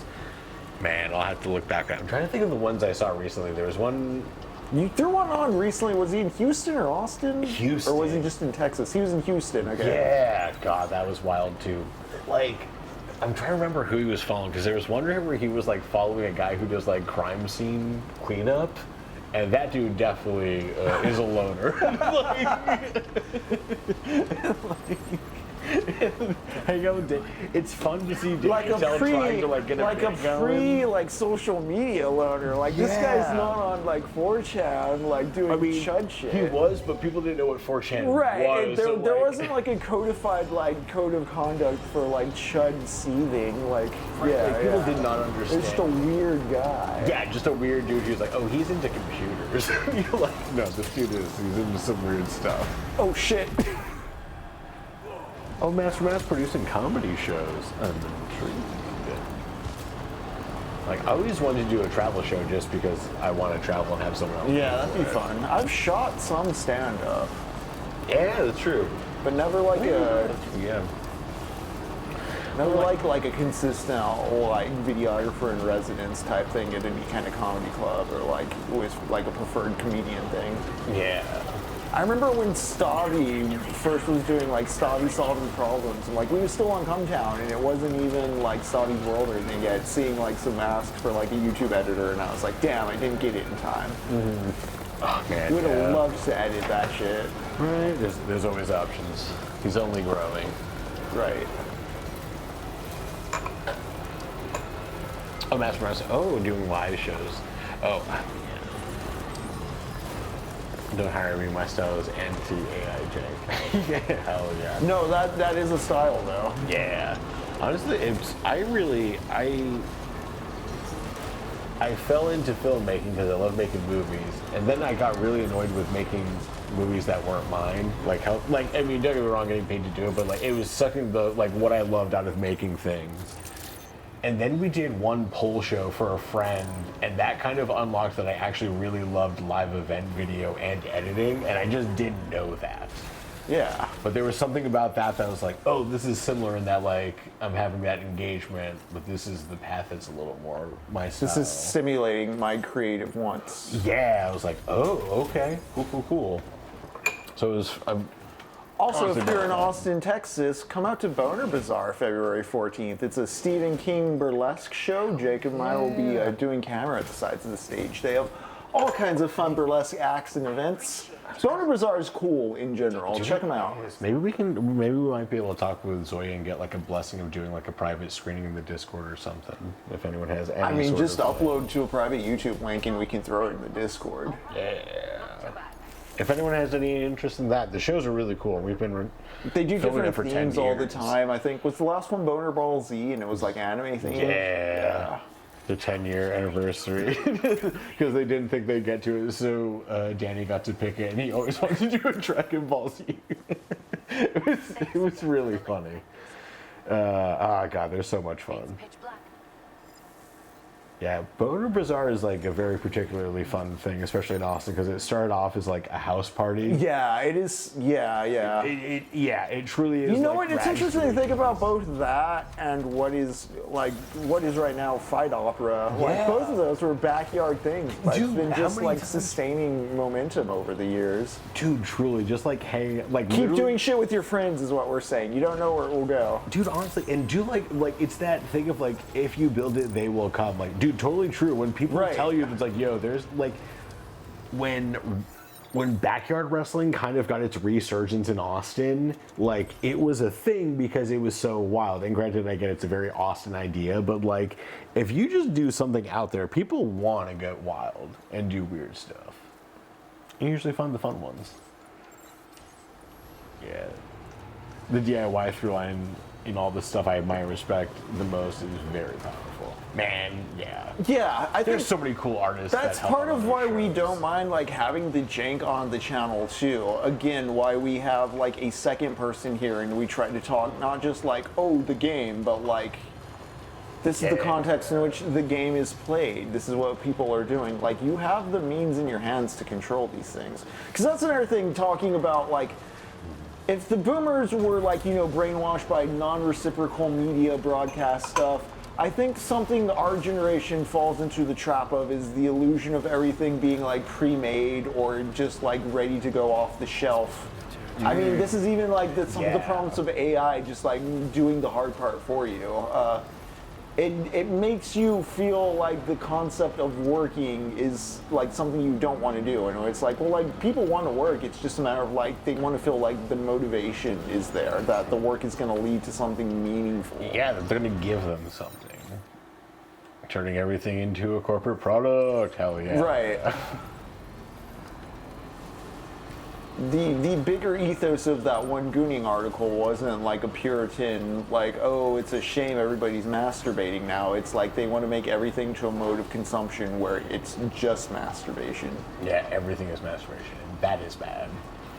That's something I remember a long ass time ago when it came to the video game New Super Mario Bros. For the DS. I should go look for this review. In college, friend of the show, Hey Surge, ran a blog called Good or Blog, along with a radio podcast he put out as part of his local college radio station. But I remember writing for Good or Blog about New Super Mario Bros. And like it was the first one on the DS. And the thing is, that game's so not challenging, but also not easy. It's in a weird middle ground where I'm just like, look, like the whole reason this isn't a weird middle ground is because it wants you to just kind of remember what playing a Mario game feels like, but it doesn't want to make you feel like you suck at it. And so, I don't know, there's like a weird, this is a problem with a lot of Nintendo games to It's me trying to now be too, both, is that they're just like, Trying to be two things. good Yeah. enough, a bit too sanded on the edges, especially like the Mario games. But anyways, I mean, that's just masturbation at that point. Like, We all love masturbation. you don't need to buy a whole bunch of tools in extra tech to get to the end point. If the end point is masturbation, you can just masturbate. Like, you can buy tools to build things, to create things, to communicate with other people. You have to use the tools. It's not just a consumption act, it's a creative act. Yeah. You have to put that kind of work and input into it, but like that's kind of where the joy and the interest and the haptic feedback of reality starts getting fun. If like that's the experience you're buying, why would you just buy the masturbation machine? At the masturbatorium. I'm not, and again, this isn't me being compared to be like, ew, masturbation. No, it's like, why would you pay money to masturbate when you can jack yourself off with your own hands, is what I'm getting at. Yeah, that's a good point. Idea of difficulty in games shifted globally, and in my opinion, doesn't have much to do with Nintendo other than that they're at the forefront of how the industry works either way. Yeah, the idea of difficulty in games to me, Sleepy Zane 2, is also just like, Yeah, I don't think games are hard. I'll say that. I think if you're having trouble with a game, it's more a matter of like the vocabulary and the syntax and the language of the game being poor at communicating what it wants out of the player, or it's not having a conversation with the player in an effective way.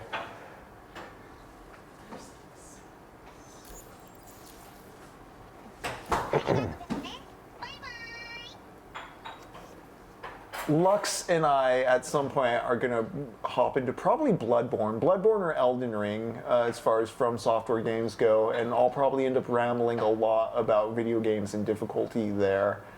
Because this also leads into sort of this feeling or theory or idea I have about just the word difficult and what Americans are conditioned to believe is difficult. Because I think a lot of why we have such a stagnant political imagination is there's an overinflated sense of what is difficult and what is hard to do, when the reality is it's just a matter of like not being afraid to put a bit of practical labor into the thing.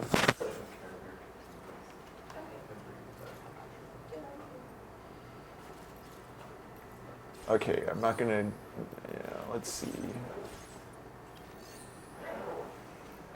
I think I'm just going to grab some materials from this place, gang, and then we're going to try to build road. We're going to take a break soon, though. We are getting to about that time. I see it's 9:14. Once again, this is TECHNOPOVERTY playing Death Stranding 2, hanging here with you, the chat. Making our way through Octavia Butler's Parable of the Sower, which is also about just reimagining what is possible and what is tangible and within your power to do.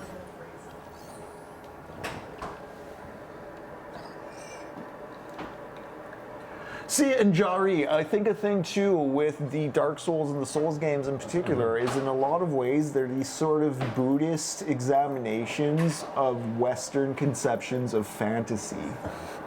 So it's all swords and sorcery, but then there's this kind of question of existential merit to like, what the fuck are we doing? What is good and evil in this context? Why do we need this throne? What, like, do you really want to just be the next old man who sits on there, or like what the fuck's up with that? Yeah, what does that mean? Yeah, Mask for Mask, and when I do bring up that the Dark Souls games aren't difficult in that sense, I totally still understand if somebody's just like, not for me, because I mean, end of day, they still are like 80-hour investments. Yeah.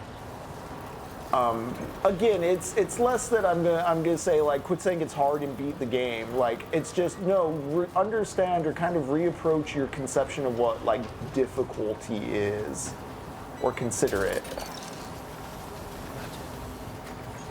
I think when you think about it in terms of there being no hard video games, it means when a video game is hard, it's not good. It's bad. Yeah. Like even a dense video game is still meaningfully trying to communicate a lot to the player effectively. A hard video game is just being mean to the player.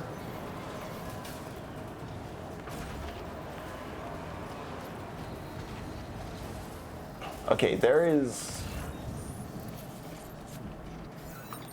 a node for the road. Node for the road. Node for the road. The road node. There's a road node vaguely out here somewhere. I'm just gonna place a marker and head towards it.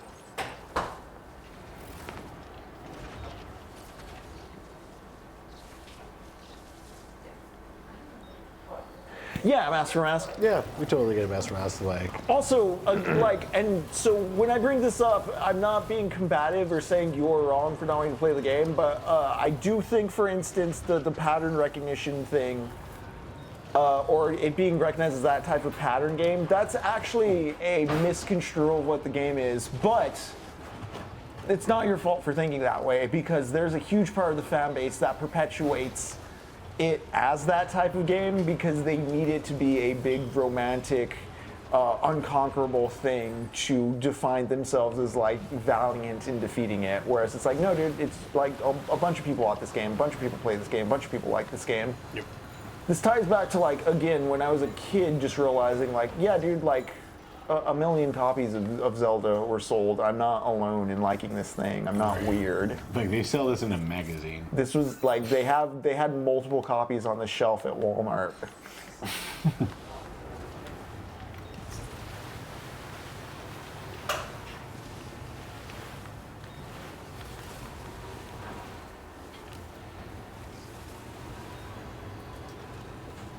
Resistance from the game basically creates one emotion. The player, despite the game having the capacity to use gameplay to produce many, many emotions in the player. Totally reminds me of the Yeah, this Sleepy will make Zane. you shit yourself kind of advertising for horror movies. Man, Buy an insurance policy, because this game's gonna fucking kill you. Is that the road node over there? That is the road node over there.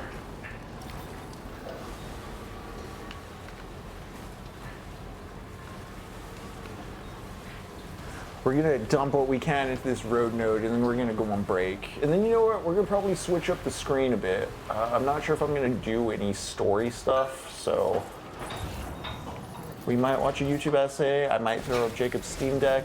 We'll see when we get back.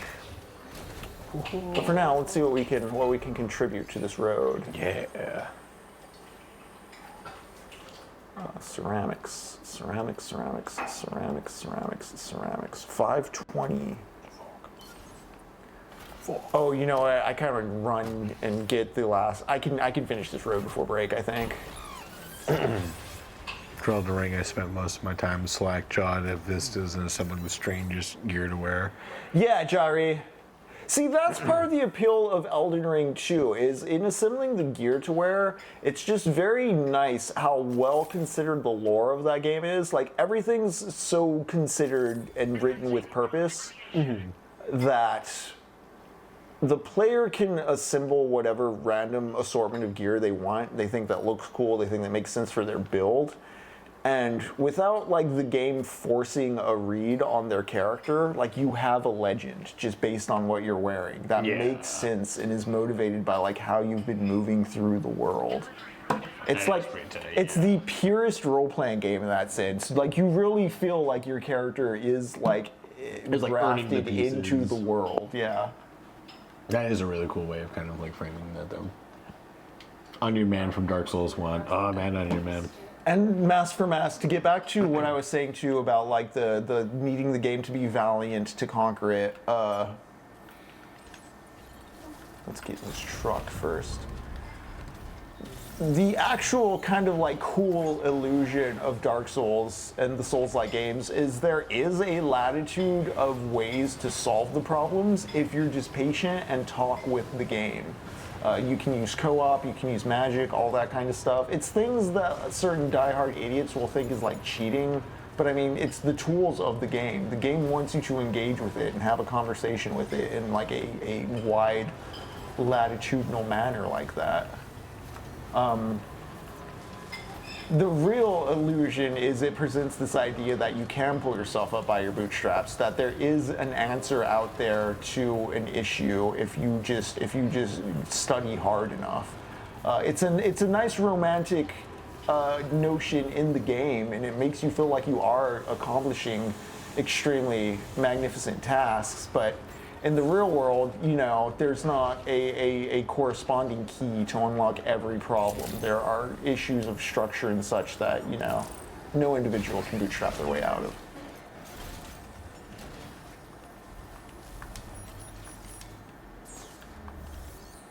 Yeah, the game does encourage other people to come in and help you. All right, let's see if I can get the last of these ceramics and build this roadway, because I think also the cameras. Yeah, Sleepy Zane, I don't even think that's an argument. I think that's explicitly the intent. You can dissipate a lot of the threats in the game by working together with other phantoms and players. Also, a thing I really like, especially last time I played Dark Souls 1, because I was like getting, you know, I played it enough to where like I can run through it relatively fast. I was on like game 3, and keep in mind, this is like 2019, 2020 maybe. I think it was during COVID. Yeah, I remember because I got to one point where like I got my booster and I just went home and played a portion of Dark Souls because I was chasing platinum at the time. yeah. But the fun thing is, like, you get to game 3, and there's still people online playing, and even when you're getting invaded or co-opted, like, it's interesting how a sense of style in fashion Souls, like, you start getting invaded by people dressed like X-Men, and you're just like, oh yeah, this guy's been here a long time. This person's a character in their own right, without even, like, having any actual, like, dialogue or Yeah, stuff. story, You just see a player doing some weird, crazy, broken shit, and it's really fun how, like, once you're on like game 3, game 4, everybody's high enough level to where instead of like seeing players scrambling around like half thinking what they're doing, you get very hyper specific in charismatic builds. Like I say charismatic, but it's like they're not talking to you, they're not quipping and being charming. It's just you see someone who has a really effective and fun build and they're having a fun time hopping into your world and fucking around in the game, and it's like, it's infectious. All right, carries through.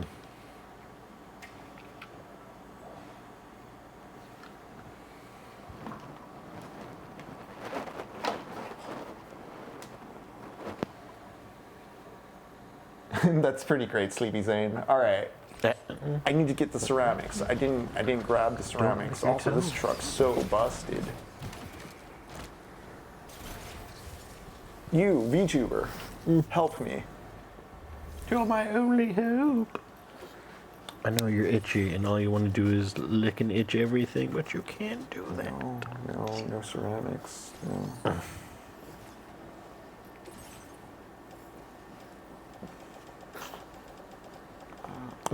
I know. Life is hard. I'll just have to travel down the road a little.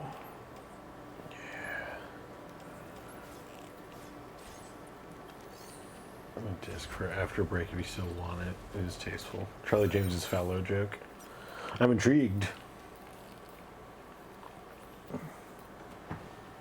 I think the road was out here. Okay, since I have to go further to grab ceramics than anticipated, we're just gonna go ahead, stand up, stretch, rehydrate, give our skeletons a nice breather, smoke them if you got them. This has been Technopoverty, y'all. We're going on break. We'll see you soon. See you soon. Gang, we're coming back. Jacob will be with us in just a moment. He is prepping pasta. Honestly, where did I put that controller? How dare I? Be right back. I'm gonna go hunt for what I did with the PlayStation controller. But as you saw during the break, the stream went in and out. Just trying to set up a third screen like we usually do when we want to watch something on the side, but OBS wasn't having it. Crashed twice trying to do it. Now it's just me and the road.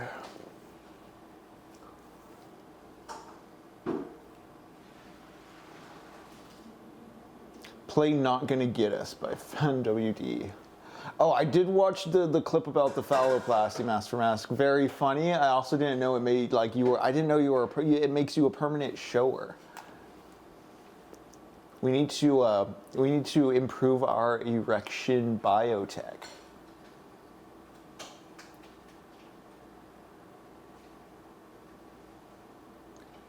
You're telling me we can get kung fu if we just do LLMs. Make you a shower. There are ways. I bet there are ways to be a grower.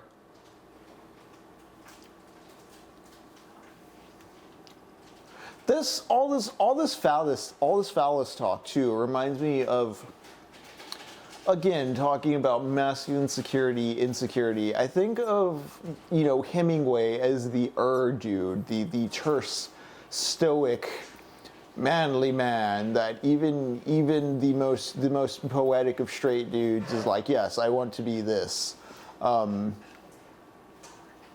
There's lazy right-wing fandom reads that just kind of, imagine it was some sort of literary Arnold Schwarzenegger. I know there's stories of him, defending Faulkner bars and stuff. But the thing is, like, it's not just that Hemingway, like, was a fighter and, like, a big, robust, like, adventurer man. It's that he was the kind of dude that would look at F. Scott Fitzgerald's penis and reassure his friend, no, you look normal.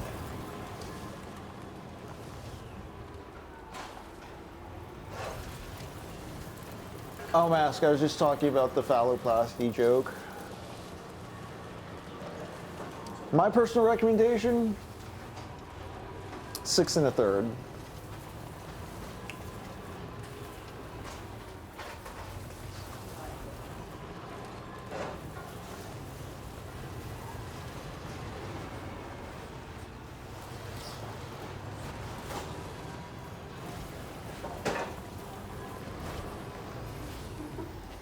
All right, I'm on the hunt for ceramics.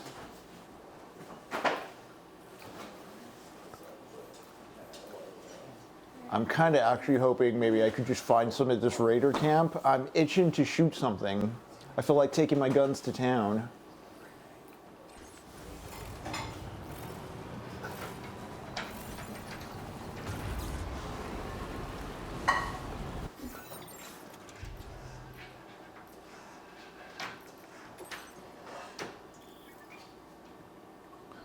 Okay, so instead of doing anything I just said I was going to do, we're going to make a playlist. We're going to make a driving playlist.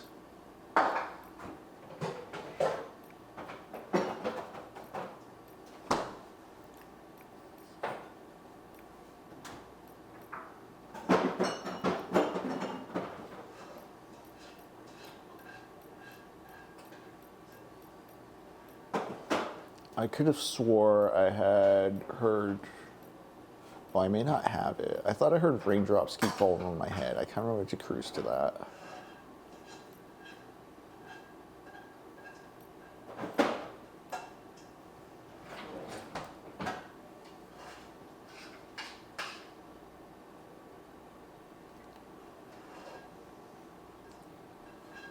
The nakedest gun.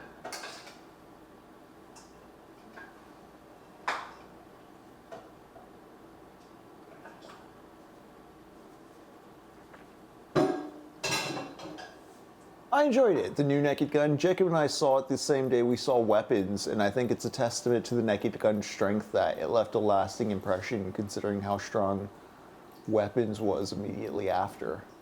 I have a biased opinion of the Super Mario Bros. Movie because I saw it the same day I saw the Dungeons and Dragons movie. And the Dungeons and Dragons movie was so much better that all I can think of with the Super Mario Bros. Movie is like, oh yeah, that's like a 3 out of 5 compared to the 4 out of 5 that Honor Among Thieves is. All right, I'm getting too lost in the sauce with this music. I'm not going to bother.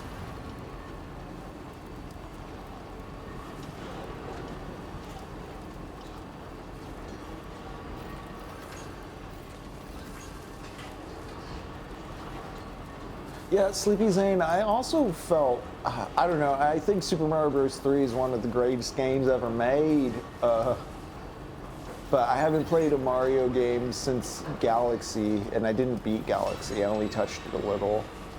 I did like, I'm a sicko that likes Mario Sunshine as well.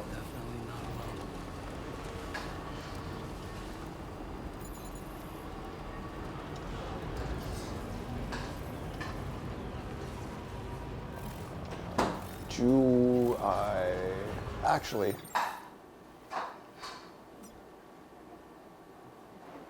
Oh, only has 250.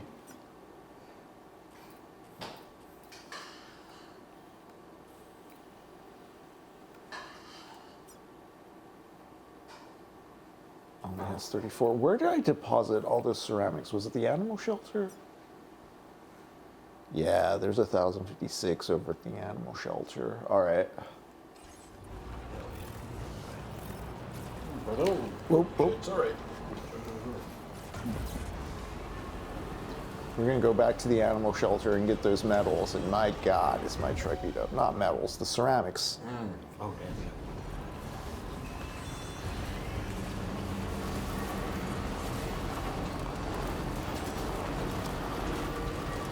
The thing is, Sleepy Zane, and this is kind of where I stopped with Nintendo, is in the middle of the GameCube era, they had kind of a hard retreat into sort of middling to familiar, safe type sequels, is what I guess I would describe it as. Now leaving CHIRAL network. The lorikeets? Yeah, in Sunny's place, right? The birds? Is that what you're talking about? I have done a few missions for the birds. I always make sure to S rank them.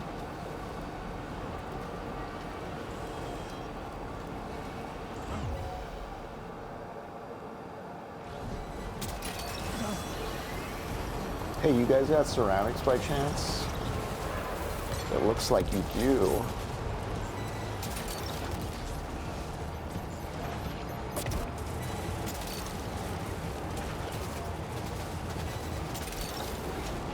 Oh no. Oh no.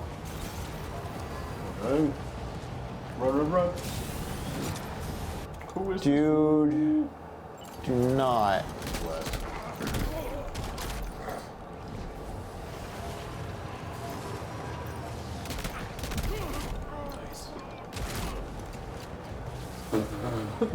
See, just notice this body.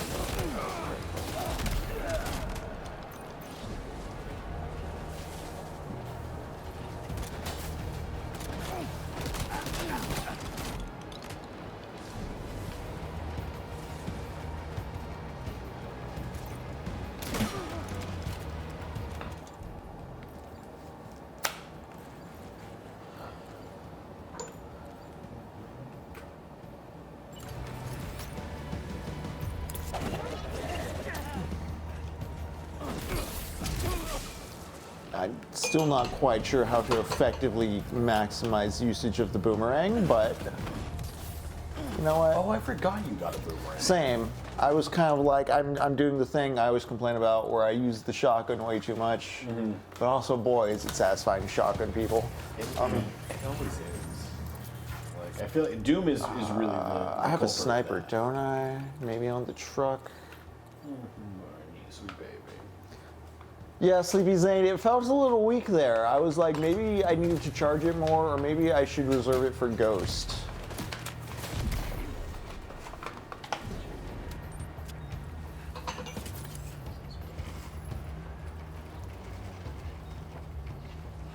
Alright, let's see. You guys got any ceramics?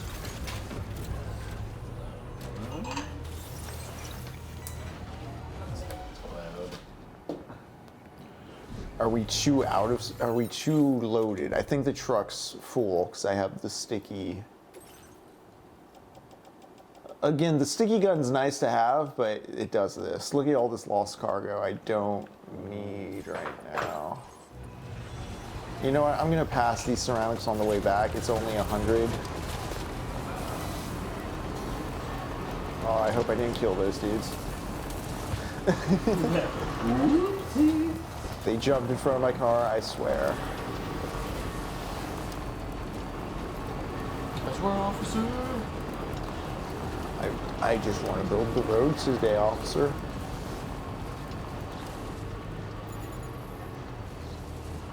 I also do specifically remember last time we were doing story stuff, they were like, be sure to wrap up any business before you do the next part, so I didn't want to Oh yeah, go to. kind of trigger the next part of the game, honestly. Also, I think your mic is off, or is that mine? Oh, it's mine.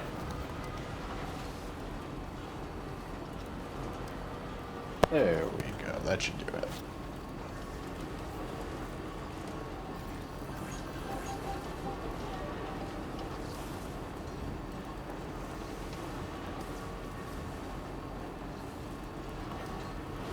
Why me? Because I'm good at my job.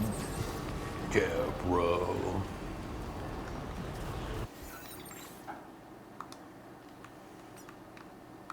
How's the Dowser on resources 516?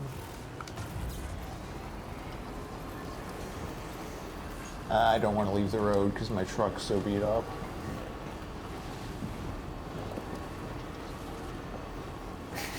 News reports of an armed man wearing a "Why Me" hat destroying encampments.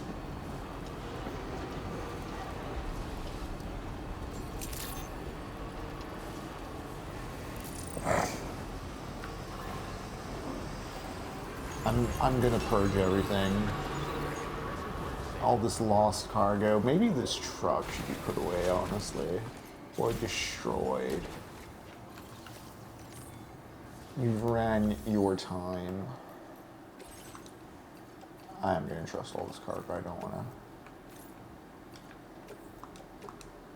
Your service in transporting this cargo is appreciated. Get all those likes.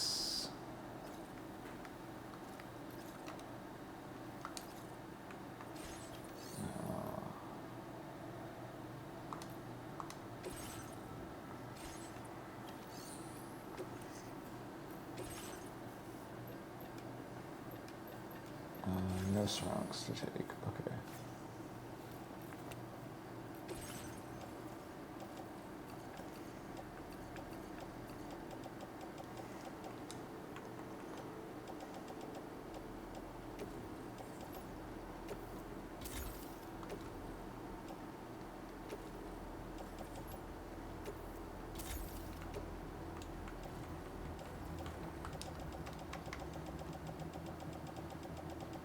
Playing that Tetris again.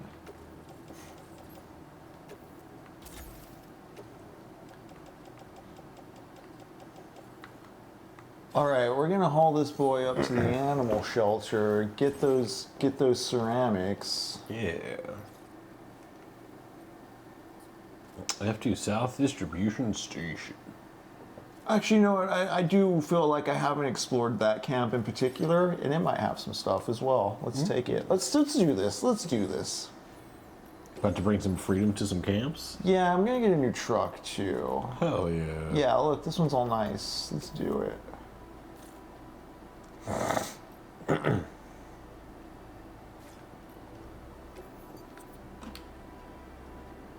Or if I store it in the garage and take it from the garage, does that refresh it? No, it looks bad. It does not appear so.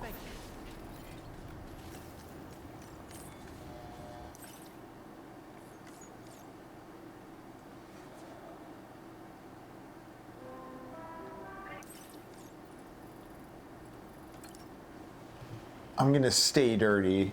I'm having one of those days, you know?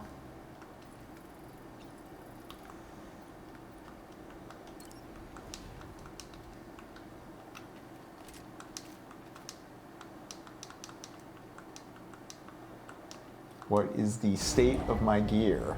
Departing facility. Good. Okay, awesome. I don't know if it's a positive or negative that I'm still so, like, just, like, vaguely on a hunch, like, I think this is how it works, right? But Yeah, like I'm pretty sure. it's not like the game is, you can just walk through without knowing how to do anything, like a big dumb baby. There's just, I don't know, I guess there's a haptic kind of sensibility to, like, yeah, this seems like it's about what the game would work, and then it does, and it's like, yeah. Okay, you get a real feel for it as you're going through it. You can order this truck in the future, but in our time, VW and Porsche are suing Scout for direct sales. Really don't understand the dealership model. The dealership model, at least in the States, is so that the GOP can keep having funds for their political operations. Yeah. Auto dealerships are some real local baron bullshit. Yeah, you gotta keep your little kings happy. Yeah. But yeah, state level sales laws stuff is where a lot of what sounds like boring but is extremely fucked up politics happens. Yeah.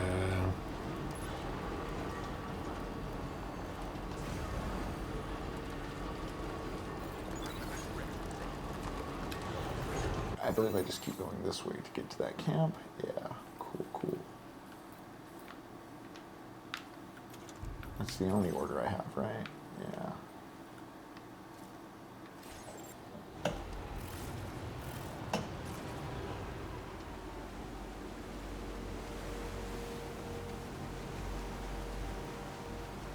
The thing about, like, libertarianism is the assumption that, like, on first principles, like, everybody will just understand and uphold, like, the code of honor. It's like, no, that's why we have the government, like, write that shit down in the first place so nobody fudges the rules. Yeah. It's also just extremely funny to me how much it's like you can't trust government, but you can trust the inherent goodness of people to self-govern? What the fuck are you talking about? Yeah, like where are we? Is not the government made of those same people? Wait a Like, second. you realize the reason we created the body of politic is because we were like, well, like, this is getting really big to manage. How about we try to figure a way to make this, like, navigable? How do we make this work for everybody? There's so many of us. I bet we can make this easier. I should have really generated a sniper. Oh, well. As I agree across the board. Yeah. That's fair.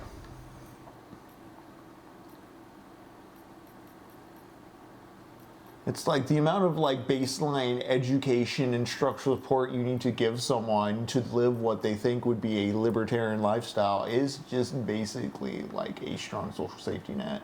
Yeah. I'm gonna check specifics of the order. Recover high energy emergency rations. Okay. All right, let's really zoom in here and get granular.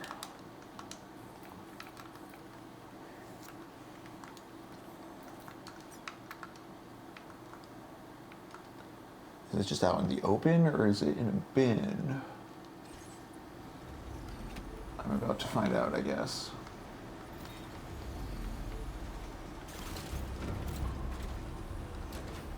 Yeah, Jari, it's a post-scarcity world. There's kind of a general conception of like connecting things to the chiral network provides more raw material for the chiral network to craft things with, like to 3D print and stuff. Like you need to expand your bandwidth so that you can build more structures on the map, for instance. But it is roughly as explained by Sleepy Zane, sort of post-scarcity thing. There's no profit incentive.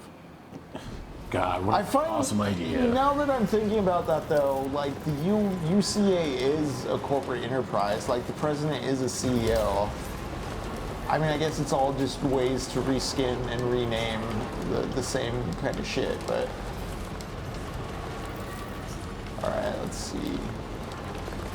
Hoping I can take like a long route around and really throw these guys through a loop.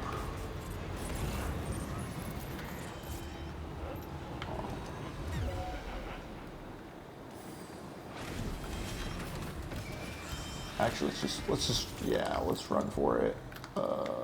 Machine gun.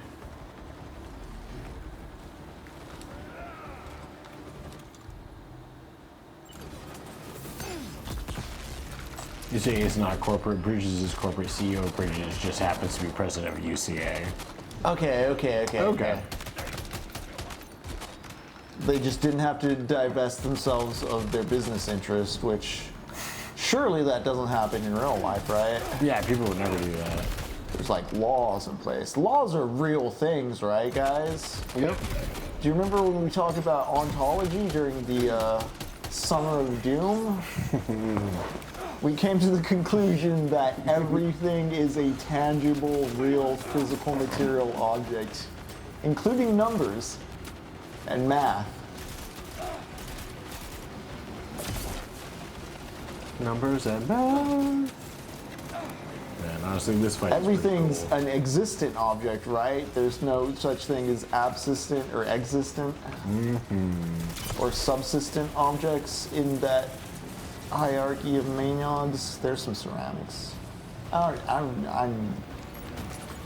kind of just getting every dude into this structure. I should have really gotten a sniper is my big fuck up.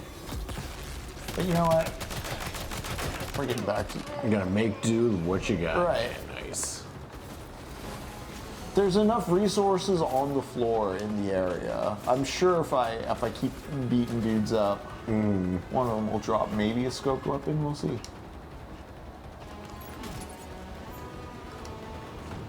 It is a testament to the design of these areas that I haven't like hard reset them in the same way. Like I'll get stuck on a rock or something, just be like fuck it, reload. Like, it doesn't feel like I death state into anything when I mess up an encounter. It's just like, oh, where's my slippery antics gonna take me this time? Because I'm screwing up. Oh, Like this, I'm getting beat up. Sirs, my baby, my baby. my baby, Oh my please, God. baby on I'm board. gonna I wish they had a run you hat that said over. baby on board. They probably do.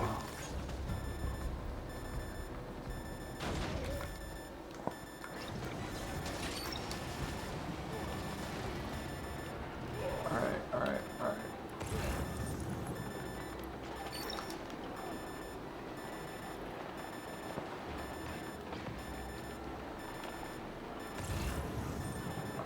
No, no.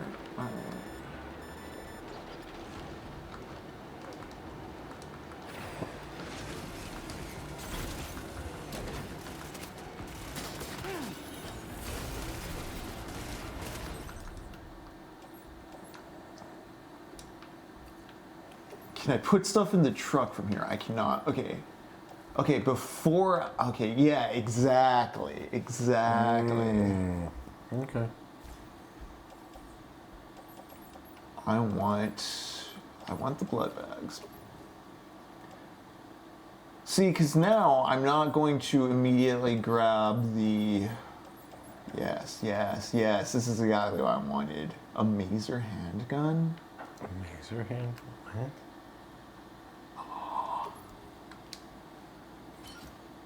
Yeah, we're gonna take that. What's it mean? It electrocutes them. Is it? Yeah. Yeah, this is why I didn't run away, because I knew there'd be some stuff to pick up around so they can re-facilitate. Yeah, this is just considerate design. Like, hey, here's the objective locker, but also here's some stuff in case you're low and you need to get ready. All right. I'm going to try to actually use an assortment of tools in what I'm about to go do. All right, where are...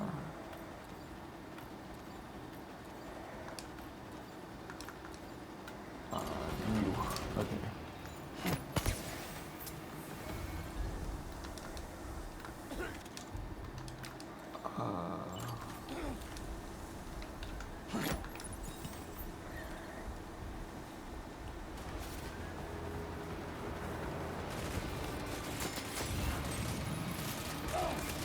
Damn it. The decoy didn't work. Jari baby on board hat and stenciled on your back stick figures of you and the baby.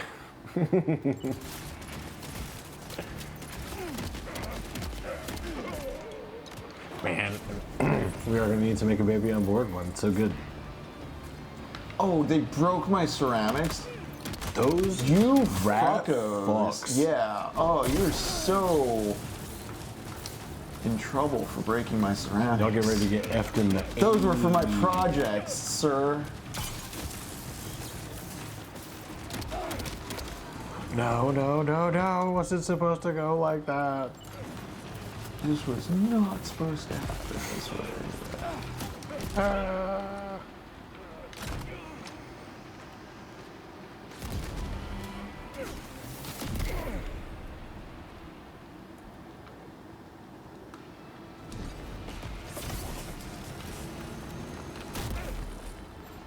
I have to be very careful because this can hurt me too.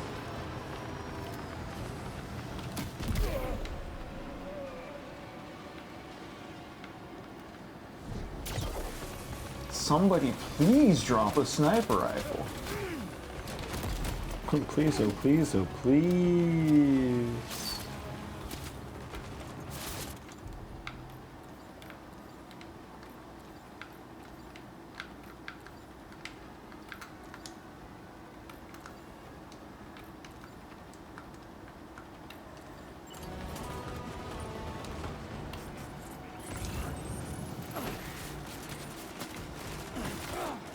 Okay, at least in this area we're good for now. Get up. I keep using the... Oh, there's a shotgun.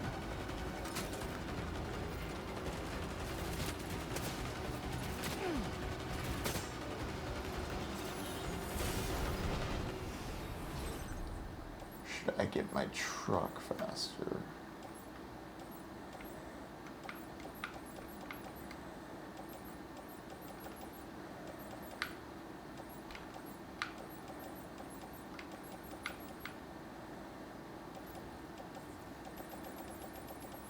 Okay, I'm gonna leave the rest here, but I'm gonna check out those other lockers. I once again really wish they had a sniper rifle here. Kind of surprising that they don't with how big of an area it is and how many people are happening in this spot. It might be in another locker, honestly. Alright, some dudes coming, so real quick.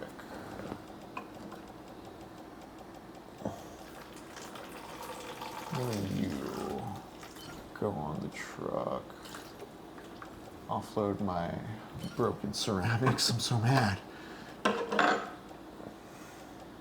Alright, but then in the truck, do I have weapons? I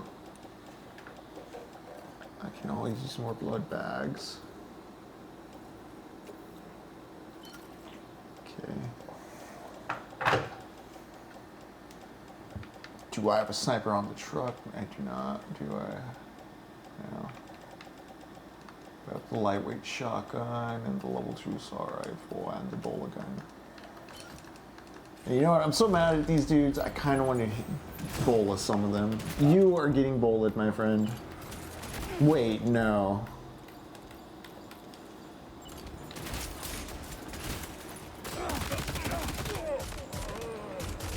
Dig shot, dig shot. Okay. Bit different than I was expecting. Chemicals.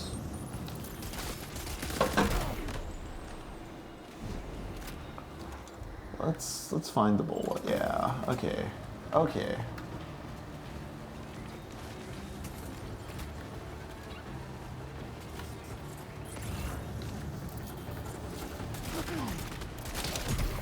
Yes. Face smack.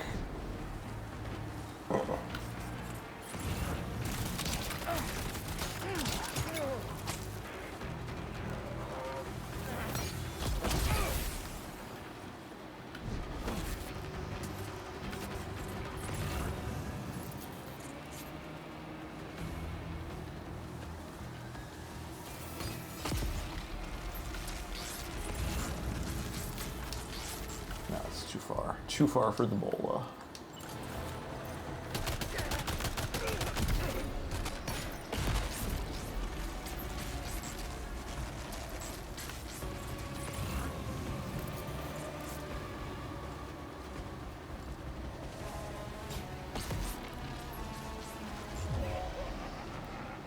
Dang, what's around here?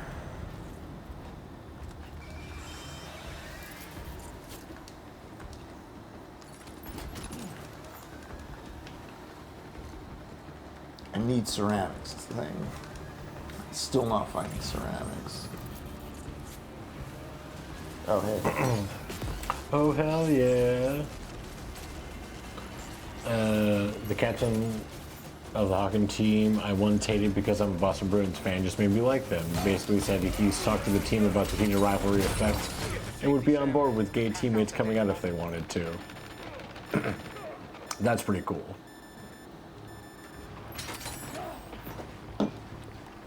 Damn it. So people just want to see the boy aquarium. Have fun, you know?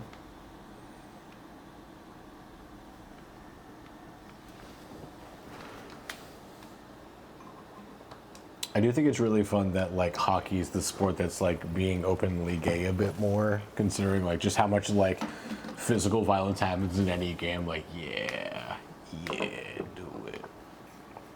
They're pushing each other. They're doing it. They're pushing because they want to kiss each other. Alright.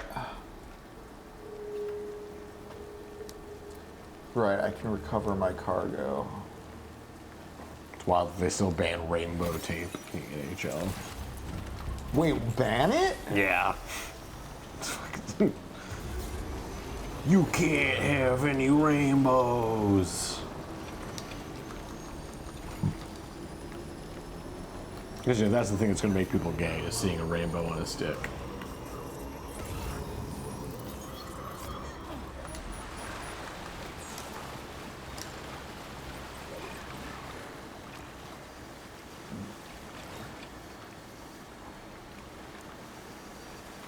What, how? Oh no. Okay, bye.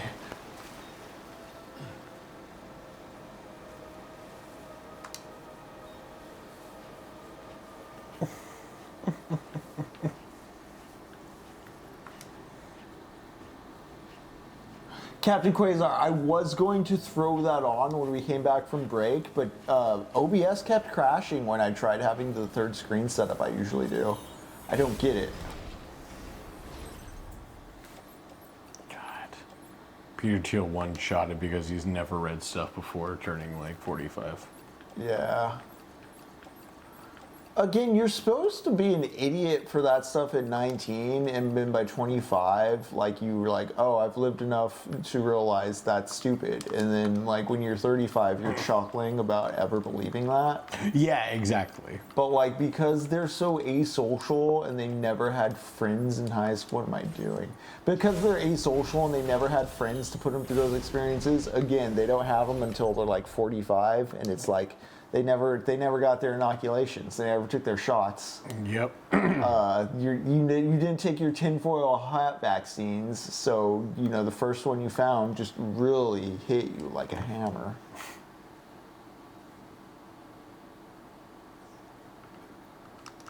Yeah, Mask, if you check the YouTube channel, the YouTube videos channel in the Discord, I believe I posted it, but yeah, it's Peter Thiel talking about his interpretation of Watchmen.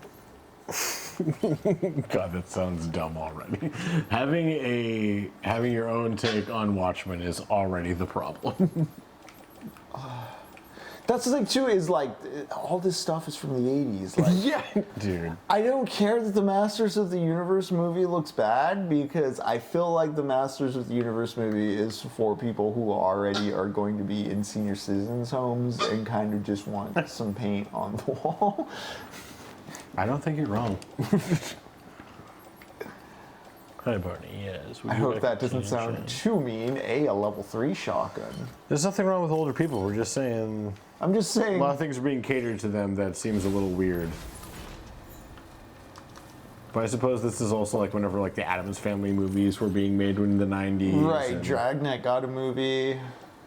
Fucking Inspector Gadget. Grumpy Old Man. Dennis the Menace had live action movies in the 90s. Let us not forget, folks. Did he have 2 of them? I believe there were multiple live action Dennis the Menace movies, yeah. I think you're right, actually.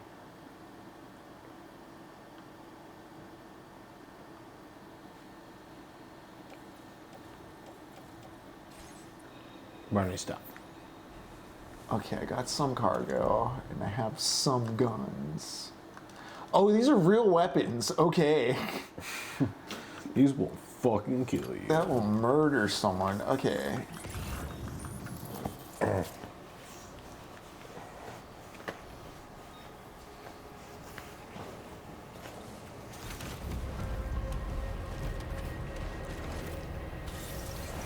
Oh, what's Mass saying in that bit one?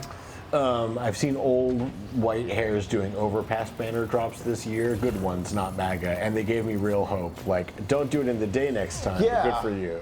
Yeah. This is something watching like Hassan stream and stuff that he's even noted is that like the Democratic base is much more ready to be mobilized towards a meaningful project than Democratic seat holders. Yeah.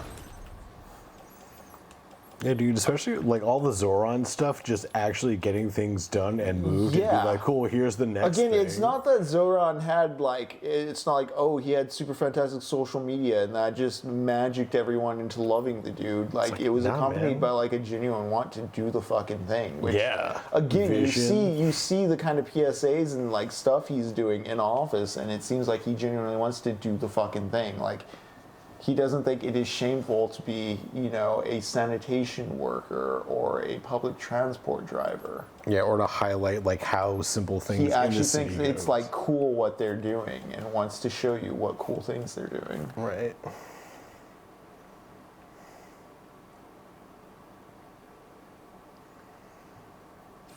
Yeah, agreed. Agreed, Sleepy Zane and Master Mask, like... It sounds like that Like communist fucking thing, Will like, Stancil is out there doing observer work, following folks around. It's like, yeah, they are being diligent and like actually putting up. This is one of the things that so exhausted me about the way, like, the Democrats at the corporate level would talk about, like, this being an existential fight for the soul of America. And it's like, you know, when you say that and then you do absolutely crickets when shit like this comes along, it makes me wonder why you were giving the goddamn Kingdom Hearts speeches when what people are asking for is healthcare. Yeah.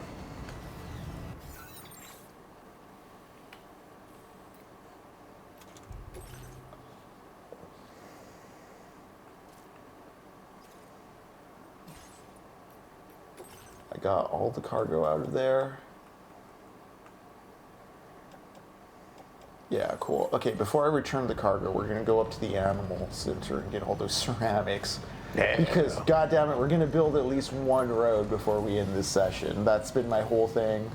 Right. From the start of it.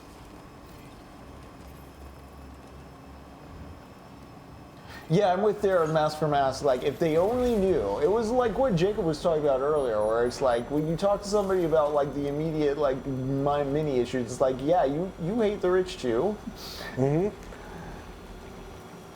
Oh yeah. Anytime I talk to my mom about her boss, who's just like a billionaire, like there are moments where she completely understands that like he just should not have the wealth that he has, and like it is at the expense of the workers around her. But then, like, go into anything of just like, well, if all of us got together, like, I tried explaining a union, and it was just like confused look. No, yeah, Captain Quasar, strong agree, especially because that particular block of liberals, it really rubbed me the wrong way this past weekend when after seeing American citizens, you know, murdered on the street by armed thugs of the government. Mm-hmm. There's a particular breed of person who wanted to go online just to be like, I told you so about Kamala Harris, to a complete figment Of a person as far as like who they think, how they think 2024 was lost. Yeah. At a time when you should be, you know, maybe helping signal boost mutual aid and other means of assisting folks on the ground, of which there's plenty of internet info out now. This isn't like the 80s or the 90s where we're offline and we don't know how to help each other. Yeah. You can go online and you can you know, work that kind of stuff, or you can just want to say I told you so to a bunch of people while motherfuckers are shooting people. Yep.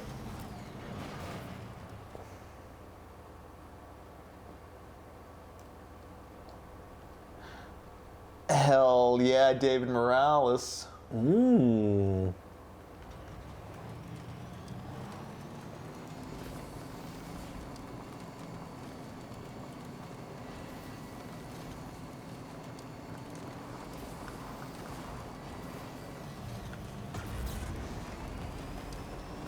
Right, the ceramics. The ceramics are the mission. Sorry, the David Morales bit had me started firing off in all kinds of directions mentally. Yeah. Last wrestler that ran for office was Fetterman and Kane. Dog, fuck Fetterman. What a What a Shrek of an individual. what an amazing, just like not instant, but like clearly. Yeah, just like a clearly staged, like, oh, I'm actually a Republican. like, why aren't Democrats doing that? Why are lefties pretending to be righties to infiltrate and do things, you know? Because like that's what it did. Like I was gonna say, because like that's. I was gonna say that's what like the Democratic Party is, as far as like pretending to be lefty but actually being righty. But Yeah. I'm not mixing it right now. But I get the sentiment you're aiming, though. Yeah. All right, I'm here for your ceramics.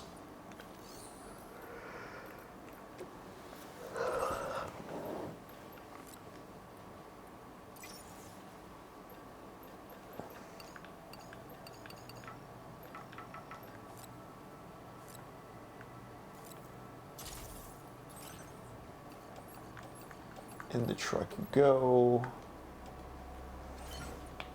Ooh.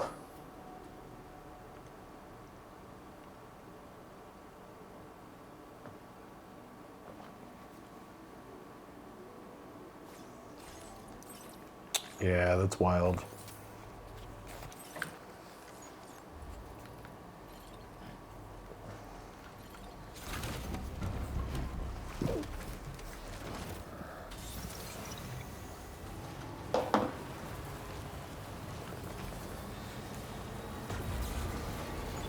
All right, gang, we got one package to drop off, one road to build. I think we can do that. I think we can do that in the time we have left.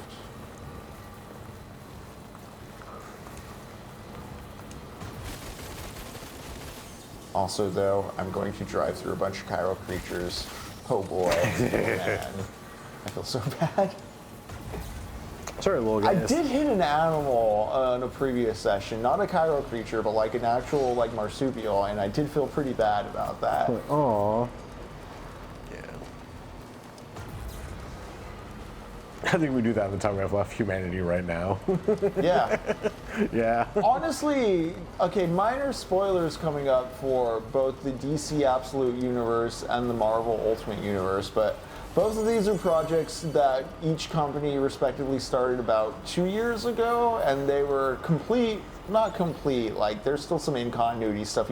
They were reboots of like the pocket universes in each dimension that are supposed to be kind of like easy starting points for new readers.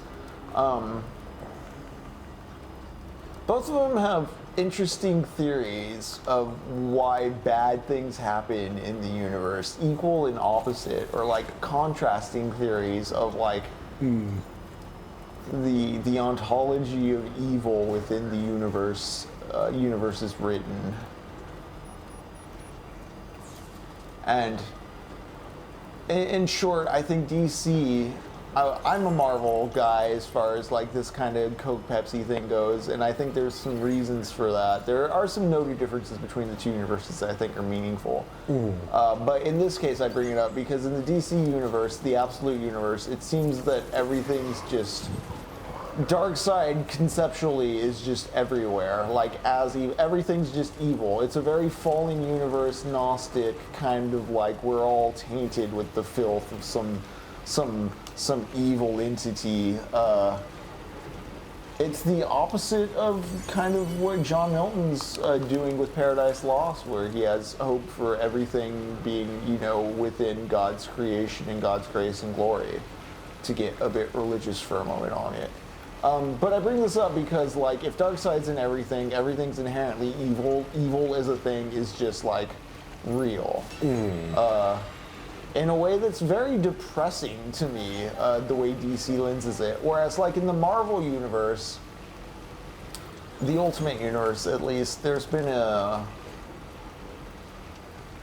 a character that's basically been observing history in all time from the start of this particular pocket universe, because they thought if Reed Richards came into this universe in the 1960s and made it bad, then maybe he went back in time and made it worse, even further back in time, because we have all these awful things happening.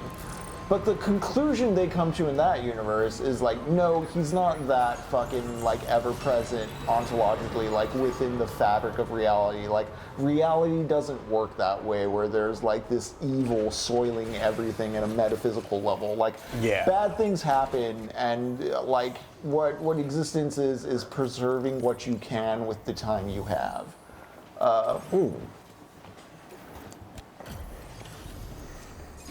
And so, I don't know, I think I'd prefer the Marvel approach as far as what the Ultimate Universe is doing with the way we approach and lens our narratives around destruction and disaster. As, there's an entropy to the universe, things fall apart without management, and we just kind of have to manage what we got, versus, well, Darkseid's and everything, so shit's fucked. One's very fatalist, whereas the other at least acknowledges we can actively surf the wave.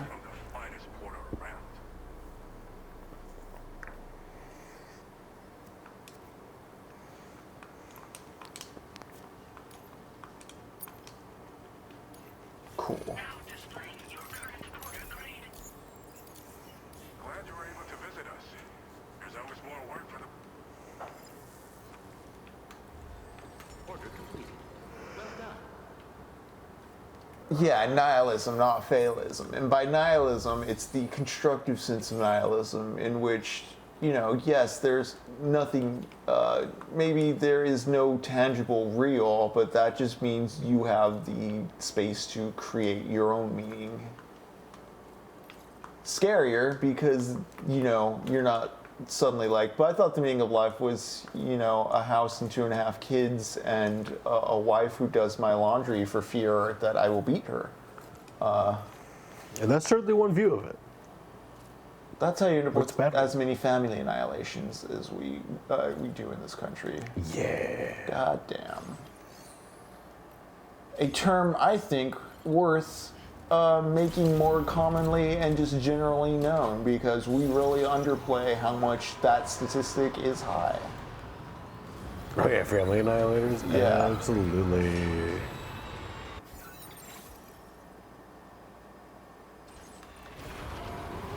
Sorry, that family annihilation rant made me forget to grab whatever ceramics might still be here at this well. Yeah.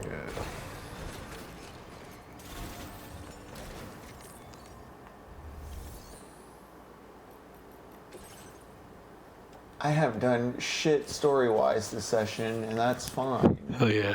Oh, peace out, L man. Yeah, we're gonna probably be closing up shop here once we get this last little segment of road built. But have a good night, L-Man. Thank you for hanging.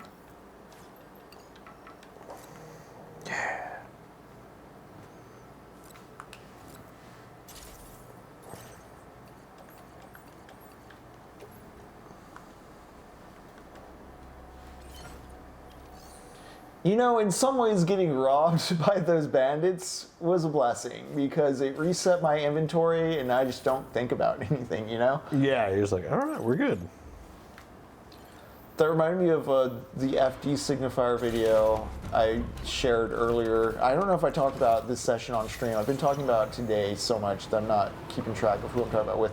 FD signifier put out a video just talking about the male urge to join a fascist group in the way, like, in the past, he's been in home defense situations where he's brandished a gun, but he hasn't shot anyone. And how when recounting these instances to people, sometimes he'll get the kind of dude that's like, oh man, if I were you, I would have totally loved to have shot that 15-year-old kid. Like, The willingness that like a lot of Americans have for thinking they want to kill somebody is very large.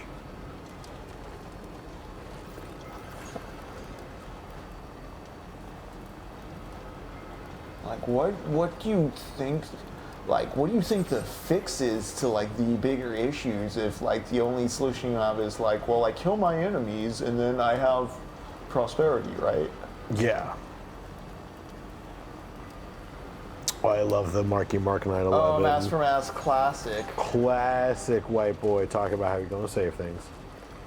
Yeah, I think that's a pretty common teen boy fantasy. Like, I'll stop the school shooter. Yeah, bro, put me in, coach. Like, Uvalde showed that, like, one person with a really powerful gun can stop a lot of guns. Because guns are scary.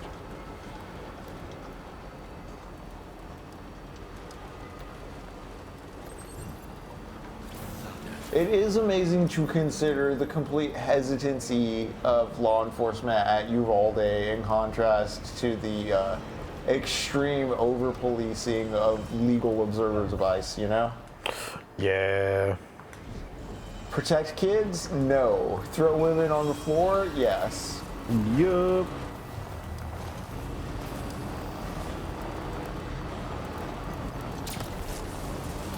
We've been so shocked and worn down by just constant exhaustion, too, that I think a lot of people may not even remember, like, oh yeah, Uvalde only a few years ago.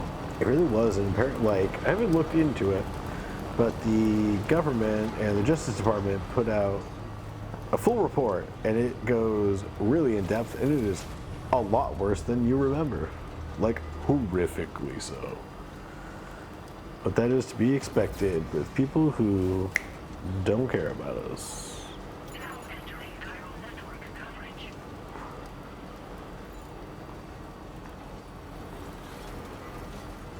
But despite that, we take care of each other. That's the funny thing too, is seeing the whole like OPSEC. The way armchair admirals were talking about the mutual aid and organizational efforts of the protesters and the citizens in Minnesota as if they're like the Taliban or a terrorist sect. Yeah. It's like, right, we spend billions a year so that many of these dudes can LARP, that they can learn all these terms as far as like standardized rules of engagement speak and like operational security talk and like how to confront insurgent forces.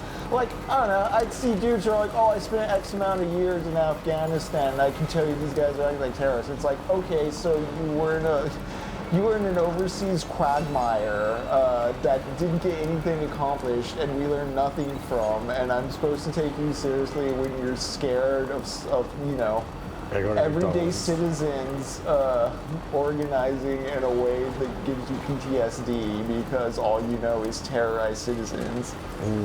Yeah. Mask. I saw a video of a woman screaming that her sister, a teacher, died doing what the cops should have done. Didn't watch any more of the hearing, but she got physically escorted out. Yeah. Yeah, man. Remember, like, there was, like, a mom who, like, ran into Uvalde and saved her own kids, like, after the cops were, like, trying to, like, sue her to tell her to, like, not tell the story about how they fucked up. Yeah. Like, it is embarrassingly bad, some of the situations that, like, people put themselves in. It's like, you know, there's a lot of things like this is a reason why I don't apply to be a manager of places, because like I would be bad at it. Right. I would fail at being a manager of a place, so I don't. There's something in American culture too to the like. There's an assumption that everybody's roughly educated on the same level, but guys, no, there's huge gaps in knowledge and just literacy that we really aren't accounting for. Yeah, and I don't mean that in like a snobbish, like looking down on the stupids way. It's like, no, there's a concerted effort to pass kids who there's a cannot concerted pass. effort to Like, impoverish us just in general to keep us as. Again, it's the thing I was talking about earlier at the start of the stream, where like if you don't create a stable and consistent history, everything is always novel and new. And when you're in that state of mind, it's very easy to always buy the next big thing on the market, because like the big new novel thing's coming along. But after a while, because you don't have that consistent historical framing, you start going crazy. Mm-hmm. All right, where's this node? Let's see, mask. Like, that feels like an escalation from inaction of Uvalde type to withholding life-saving action of a different kind. Mm-hmm.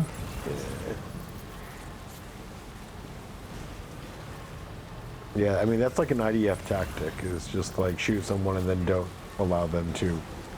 And then you get blow up the away. ambulance. Yep. Yeah, man, it's just like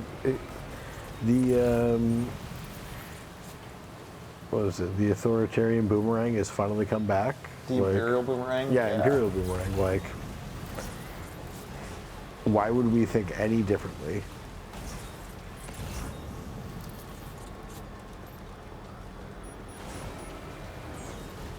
Ah, here we go. Like, no, we're built different. We are not friends. We're not built different. We're built the same, actually.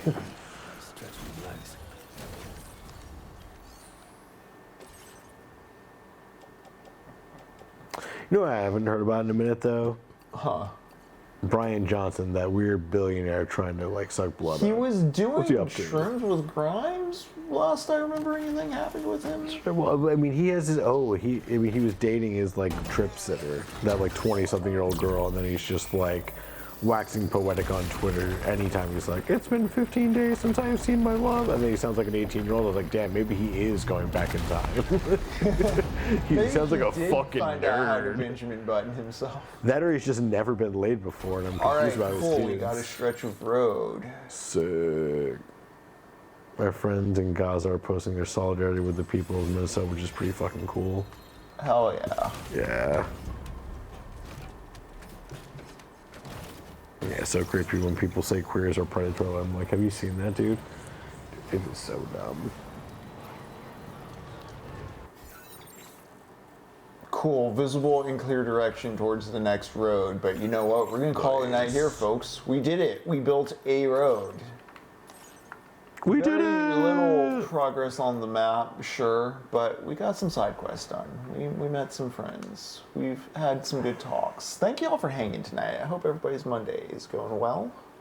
Yeah, appreciate coming out, y'all. Once again, TECHNOPOVERTY every Monday, Thursday, 7:30 p.m. CST. On Tuesdays, 3 p.m. CST.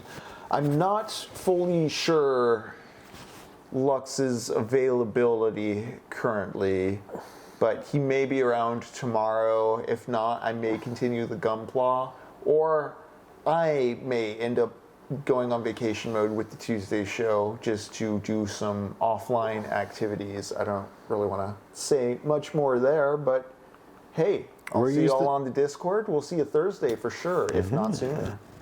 Good night, Techno Hotties. Yeah, let's go ahead and cut out now. I'm going to check if there's anyone we can raid while hanging here at the end screen. But yeah, good night, y'all. Take care. Forehead kisses.